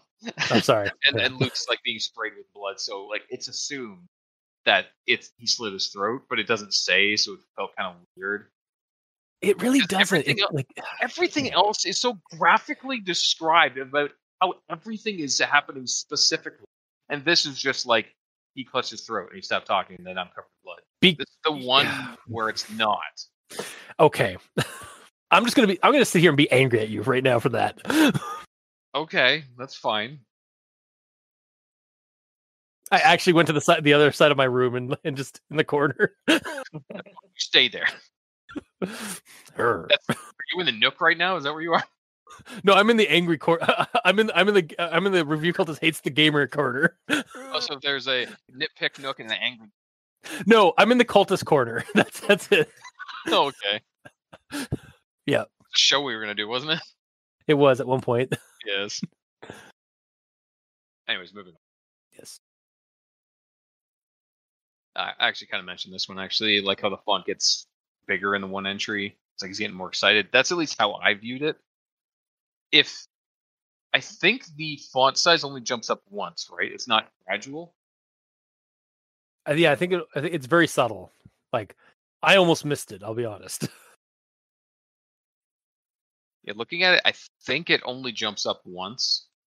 So if it was steadily going bigger, like 8 size font here, then a few paragraphs later 9, and then 10, it would kind of flow better. But it is just a quick jump, I believe. So, and it's right before the dialogue.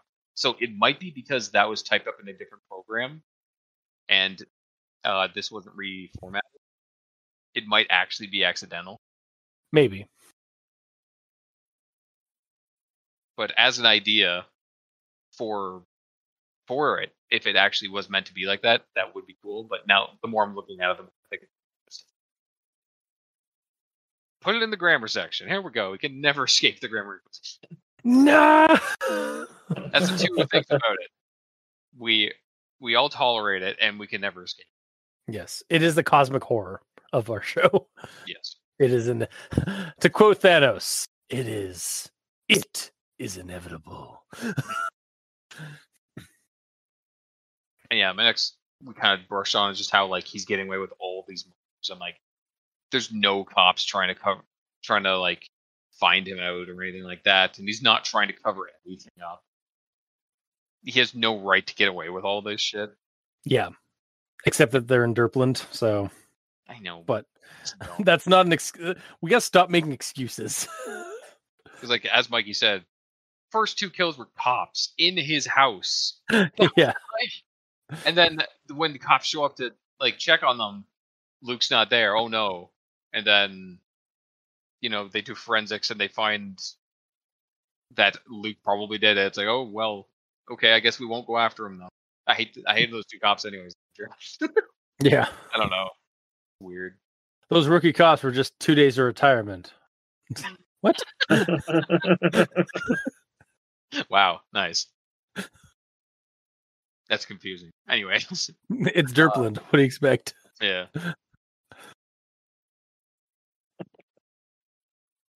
And then this is later on when Luke headbutts Greg? Question mark? I think it was Greg. Whatever, it doesn't matter. His friend headbutts him and his head.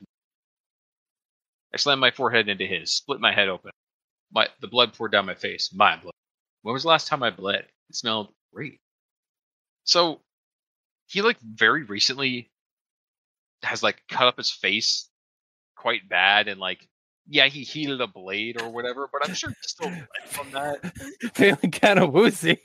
Yeah, and before all that, he's been like cutting up his arms and shit for weeks. Yeah. This is not a new sensation. He bleeds all the time. Also, what was it? He was bleeding. It's like nobody makes me bleed my own blood. Nobody. Mm-hmm. Also, a little bit after that, it mentions how Luke has black blood. Yeah, but it doesn't mention it when it's covering his face, which would have been a good time to mention it because I saw it was red there, and then later on it's black, which means I have to go back and erase in my mind that it was actually black all along, and I have to keep going back further and further. So all the wounds on his arms and shit are leaking black shit. Yeah, if you're gonna give us like that kind of a revelation that his like his blood has changed color and stuff of that, you should maybe give us some kind of like inkling a little bit earlier on about it, or like even explain why it's black. Or maybe it's only recently changed black because of how dark. Because of the darkness. Yeah, exactly. And then my last one is just in regards to the ending. How the whole story is just been Luke becoming a Jeff-like with the goal of killing Jeff, and then doesn't kill Jeff or even confront Jeff after this long story. Yeah. So in the end, nothing happened. Kind of. Especially since the way I read the intro, I was like, oh yeah, we're going to get a Jeff. We're going to get a Jeff hater killing a Jeff or them fighting, but then no. Instead, it's just, here's a second Jeff because we need Jeff. Yeah, here's another. Yeah. Yo, dog, I heard you like Jeff the Killer, so I gave you a Jeff the Killer and you're Jeff the Killer. Yeah, pretty much. Thanks. Yeah. I hate it. Yeah. Moving on. I'm done. That's my moving on. All right, on to final thoughts then. I rolled up on the wrong segue. I tripped and fell off it. And I got my other segue that says recommendation time on it. Yes, nailed it. Did it. So, I mean, the idea of Jeff's insanity and murderous personality spreading and overtaking someone else's personality and like making more Jeffs, like making more killers, is a cool idea. Like I genuinely like that in a horror story or in like a horror game or something like that. And you do see that kind of thing in like possession movies. Like, the as of this recording, the Evil Dead Rises trailer just dropped and has something very similar where like the evil kind of gets into somebody who is not otherwise necessarily evil, and they start becoming like a demonic, like possessed person. So like it's an interesting idea, and it's a cool idea for a Jeff the Killer thing, because like, oh my god, his insanity and his murderous rage and so that is spreading to other people now. I also think this story could be a good artifact or even inspiration for something like that, something a little bit more like skimmed down for investigators to find in a horror game scenario about a spreading mimetic virus of like of like rage and evil. Like this is something that the investigators find, stripped down, of course, because again, I'm not going to make you guys make a player read like 15 pages of journal entries, but get the gist of it. In their investigation into like a series of murders or like a series of like killers that are just popping up at where like normal people used to live. But as far as the story itself goes here, it's a bit of a slog, especially with all the mistakes that I kept having to like look through and some of that, which again could be argued to add to the immersion level. But also like some of the strange turn of events of like, and just happenstance, like like Mikey and Gamer brought up, like, oh, the police aren't sending more police officers to Jeff's house, or to Luke's house, or like the way people around Luke react to him when he like just walks up to them to try and like, hey, I want to look the other way so I can kill you. What? Oh, what? Yeah, sure. What? Stab. Like they are in Derpland. It was kind of unrealistic in terms of the reactions and stuff like that. So with that said, that's why I kind of give it a situational recommendation. Like if you want to use the core ideas for something like inspire, if you want to use the core idea for inspiration for something, I would recommend it maybe that way. Otherwise, I can't recommend this story as it is, because it is just kind of riddled with issues. So isn't that kind of just saying you can use the original Jeff the Killer story for the same? No, because I mean the core idea is like the evil is spreading. Like I like that. That's what I meant by the core idea, is like that spreading, like the kind of the hopping hosts, basically, like or an evil virus that only affects certain people that can see Jeff. Yeah, exactly. Or like that are like oblivious to Jeff, or maybe for some reason, or however like superfluous reason why Jeff chose them for the virus to take hold. And you're talking about a actual like supernatural sort of situation. Yeah. Mm-hmm. Like that's how I'd recommend. That's how I would spin a recommendation for this story. Is it would be situational to put to like as inspiration for something else, but as it is right now, like as the story is as it stands, I don't recommend it. But yeah, that's mine. So Mikey, these 10s are evil. So as you said, the one good thing was the weird sort of Jeff virus. Yeah. The J virus. it's like the T virus, but edgier. Anyway, so what really doesn't help the story is sort of the obliviousness of everyone in it to the changes happening to Lucas. Yeah. As I mentioned before, the police, and then the lack of more police. And this story just ends up being murder porn. Yep. Hence why I skimmed past a lot of that in my rundown. Yeah, like you didn't take your time and visualize all that in graphic detail. Sorry? You didn't take your time and visualize all that in graphic detail? I did when I was reading it, but I wasn't going to put that in through our listeners. Oh, yeah, okay. Yeah. I thought you skimmed it while you're reading it. Never mind. Oh, no, yeah. Okay. So, as it stands, I can't recommend it. If there was something that sort of tied it in that there is some sort of virus and it makes people stupider when they're in proximity to you. So the virus, like 1% of the population become Jeffs. 99% of the population, like around the contagion, become dumber. Yeah. Obvious to everything. Yeah. Like And basically explaining Jeff's ability to get away with literal murder is because fuck you, magic. Yeah. Fuck you, bio science magic. like magic, bitch. Yeah. So, say it with me, guys. Science, magic, together. Yeah, I mean it's the same kind of thing as like all the bullshit like bioscience of Resident Evils and like stuff like that. It's genetics, or it's genetics or like bioengineered like viruses and stuff like that. It does what you want. Yeah. Like, yeah.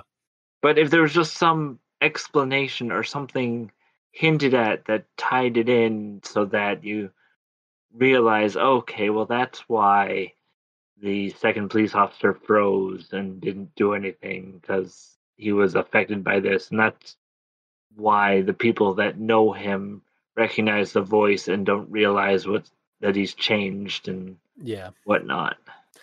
I also just had this really dumb idea. The J virus is how the zombie apocalypse happens, because it turns 99% of the population eventually into slow-moving, shambling like drone zombies. Like they just get so dumb they just become like shambling like gray zombies. But it turns 1% of the population into like the fast-running rage zombies of like 28 days later. And like the Jeff the Killer like stages are just like the early stages, as is like the Derpland stages of like everybody around him. Yep. But like the late stages is like they just go full on zombie and like full on like rage monster. I don't hate that, but also damn, that's wow, that's pretty dumb. That's what we do here. Yes. Yeah. So again, to reiterate, I'm not recommending this. Okay. Gamer, you're up. For me, the way that everyone reacts to him and the way that I was envisioning this the whole time, I didn't take a magic angle to it. I was trying to view it as quote unquote realistically as possible. We're just his mind is literally going insane because he's not sleeping, because he's paranoid constantly. So that's all that's on his mind, is defending himself from Jeff and killing him. So because murder is on his mind, he becomes a murderer. That being said, I hate how no one sees this clearly troubled man for what he is. Like, he is visually, his face is so fucked up that everyone would notice. And even if you didn't see his face, he has his hair dramatically over the front of his face, looking like trying to be creepy instead of like tying it back behind his head when he says that it's in the way, which he should have done, or cut it off. What I think should have happened was, don't fuck up his face at all. Just fuck up his body. Because you can wear a hoodie, you can wear gloves, you can cover that up. Do a more subtle sort of thing where Luke can actually blend in to, just the masses and just walk around as a normal person. Like, that's what he does. He blends in somehow. Yeah. He's like an assassin from Assassin's Creed. He just like starts praying and then is able to like get through. Yeah, he's clearly like an assassin. Yeah. I mean, there was a reason for that in the original game, but like it's become more and more stupid and silly as this series has gone on. Like, but anyway, like if you want to give him like some kind of like signifying like look to him, like have him have the red teeth, like the bloodstained teeth, because like that can be hidden as well with a mask. Yeah, but then you're walking around with a mask. Dude, we've been living we're living in that kind of world right now. Oh yeah, modern day, yes, that's doable. Yeah. Or like depending on where you are in the world, that's also commonplace. So yeah, So to that extent, you could fuck up his mouth and everything like that, but just Yeah. not keep it contained within a mask. Hell, there's a whole Japanese monster, like urban legend, called the Kuchisakiona, or the split mouth woman. That is basically that. like she wears a mask, like a Hospital mask. hmm? A hospital mask. Yeah, like a hospital mask, because that's a common thing in Japan. But when when she asks you if you're pretty, or if she asks you if she's pretty, and you say yes, she pulls off the mask and reveals that she's got that carved smile, and then asks, is she pretty again? And then depending on how you say things, you're dead. So she's straight up Melina from Mortal Kombat. Kinda, yeah. Cool. But I mean, she came first, to be fair. But that's fine. Yeah. Anyways, but the story in general, I wanted to be into it because of how I started reading, how I incorrectly read the start of interpreted the story. Yeah, which would have been interesting because like Jeff is like, he's a freaking Gary Stu. Like he he's does anything wrong. He always wins. He's our hero. Everyone loves him. So it would be nice to see him get messed up. You know, like make a mistake, get caught by this guy who he underestimated. And accidentally turned into one of him. Yeah, and he's better than him. He's smarter than him. He catches him off guard because he underestimates him. Oh, it'd be right now, drugged while this guy tells his story. Like there's ways this could go. He's been usurped by the next generation of killer. Yeah, I mean, like that could be really cool. Like, this is like a freaking Sith situation where the apprentice kills the master and becomes the master. Yeah, the rule of two. Yeah, it's still way cooler of an idea than most Jeff stories out. Like it wasn't like I kind of jokingly said earlier. It's not a Jeff the Killer origin story, but it kind of is. Yeah, but it is, but it isn't, and in a good way, because it isn't an origin story. Like we're not getting the same reiteration of the same fucking origin story that we always get for Jeff the Killer.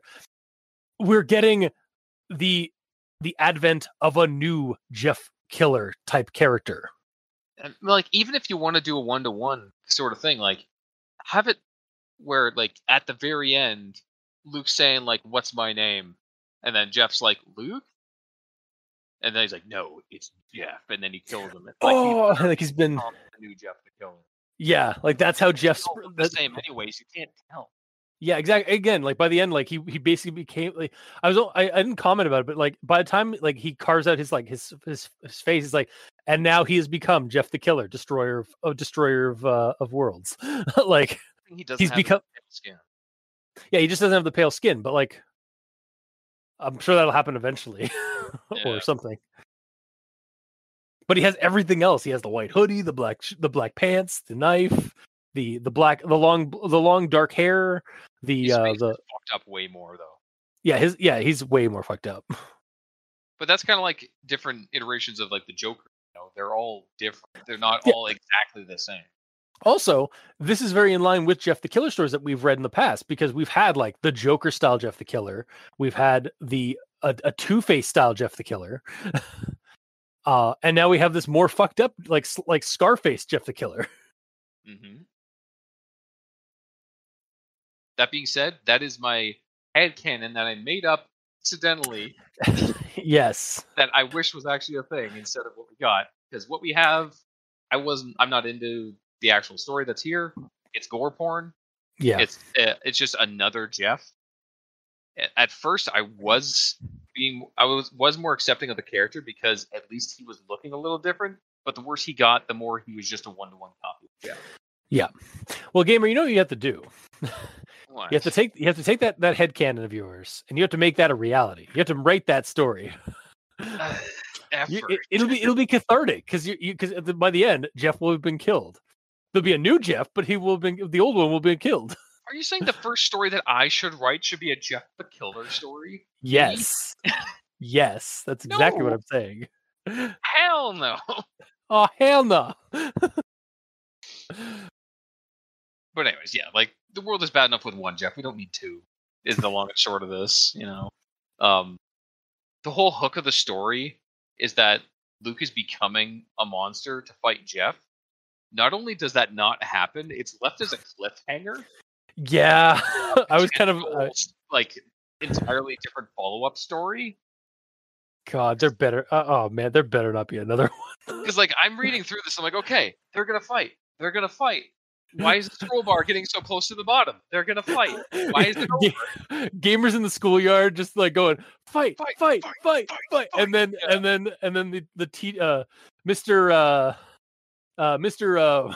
Blue Balls comes over and just like Bluebus, breaks up. actually? What? Bluebus, actually. Yeah, Mr. Bluebus comes over and breaks up the fight before it even got started. Yeah. Damn it. Yeah. So yeah, for what's here, I'm not into it, but for the different potentials that this has given us for different ways that we've seen it, it's made us brainstorm in different ways that we haven't brainstormed before with Jeff stories. Yeah. So I give it a little bit of props that way, but not really enough to make it a partial recommendation because like there is a lot of grammar issues that I somehow missed all of, and there's a lot of things that aren't explained. There's no mention of the cops chasing or nothing. If there was some mention of how he's evading the police, or even saying he did say once, "Dear Diary," that they almost caught me. Yeah, tonight they almost. Sorry, Yuck, Diary. They almost got me tonight, but they didn't. They never could. In the end, I saved them. I don't know who that's referencing to. That's in reference to the to his friends Marcus and Greg. They almost got him though. Does Yeah. that mean like they almost changed him back into normal? Luke? I think it's a mix of either that or like they like because Marcus fought back, right? Oh yeah, So- yeah. Yeah. So I think that's where it was. That what it was insinuating. That's true. Yeah. Okay. Fair enough. Regardless, I wish there was more conflict against him instead of him just fully abusing his plot armor. Yeah. Just plowing through everything with the greatest of ease. We're just like popping out the lyrics today. Are we? There's like with the greatest of ease is a lyric from like a song. It's also just a turn of phrase. Like I suppose, yeah. But I mean, anyways, whatever. I'm sure "Good Morning" is also in a song, but it's also just a thing people say. Okay. So yeah, long and short, no. But I like the brainstorm session that this gave. So a light no. So like situational, like no. Yeah. So, same as yours, I guess. Yeah, because I want to almost 100% agree. I liked our brainstorm thing. Like we got like some really cool ideas here that they're not in the. It's just a shame they're not in the story. Yeah. So both of our no's are wrapped up in butts. Yeah. Mhm. But that'll make up this week's episode. So if you like what you heard, or if you didn't, leave us a comment in the comment section below where this gets posted, whether it be on Podbean, Facebook, YouTube, or Tumblr. We're all on Twitter. You can send us messages there or send us dank memes. Because that happened. And Mikey is at the E stands for evil. The Gamer in Yellow is at the Gamer in Yellow, but without that W at the end because his name is very long. Yeah. And I'm at Review Cultist.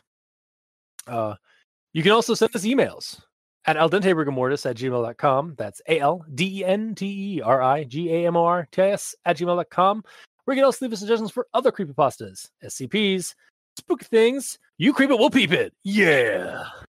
And if you'd like to help support our show financially, you can go to Patreon. Look up Al Dente Rigor Mortis and select the backer tier you'd like to support us at. We have $2 and $5 tiers with special episodes, early access, extra content. And to our patrons that are helping support the show, thank you immensely. You're helping keep those hosting bills at bay. And as always, we very much appreciate that.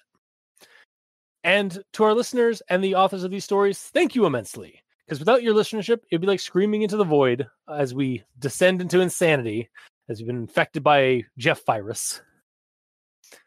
And if you didn't write these stories and post them online and then repost them online because the admins took them away, or took it off, the website. On the site, or if that's just it might be, it might not be. We really wouldn't have much of a show because we'd have nothing to talk about. Like, yes, we did not like that. We did not care much for this story, but it was a very interesting. It was inspiration for our brainstorming session that we kind of had because we were inspired by things in the story, the potential of the story, and sometimes that's all we want. Yeah, for sure. So, regardless, thank you. Until next time, I have been your host, Review Cultist.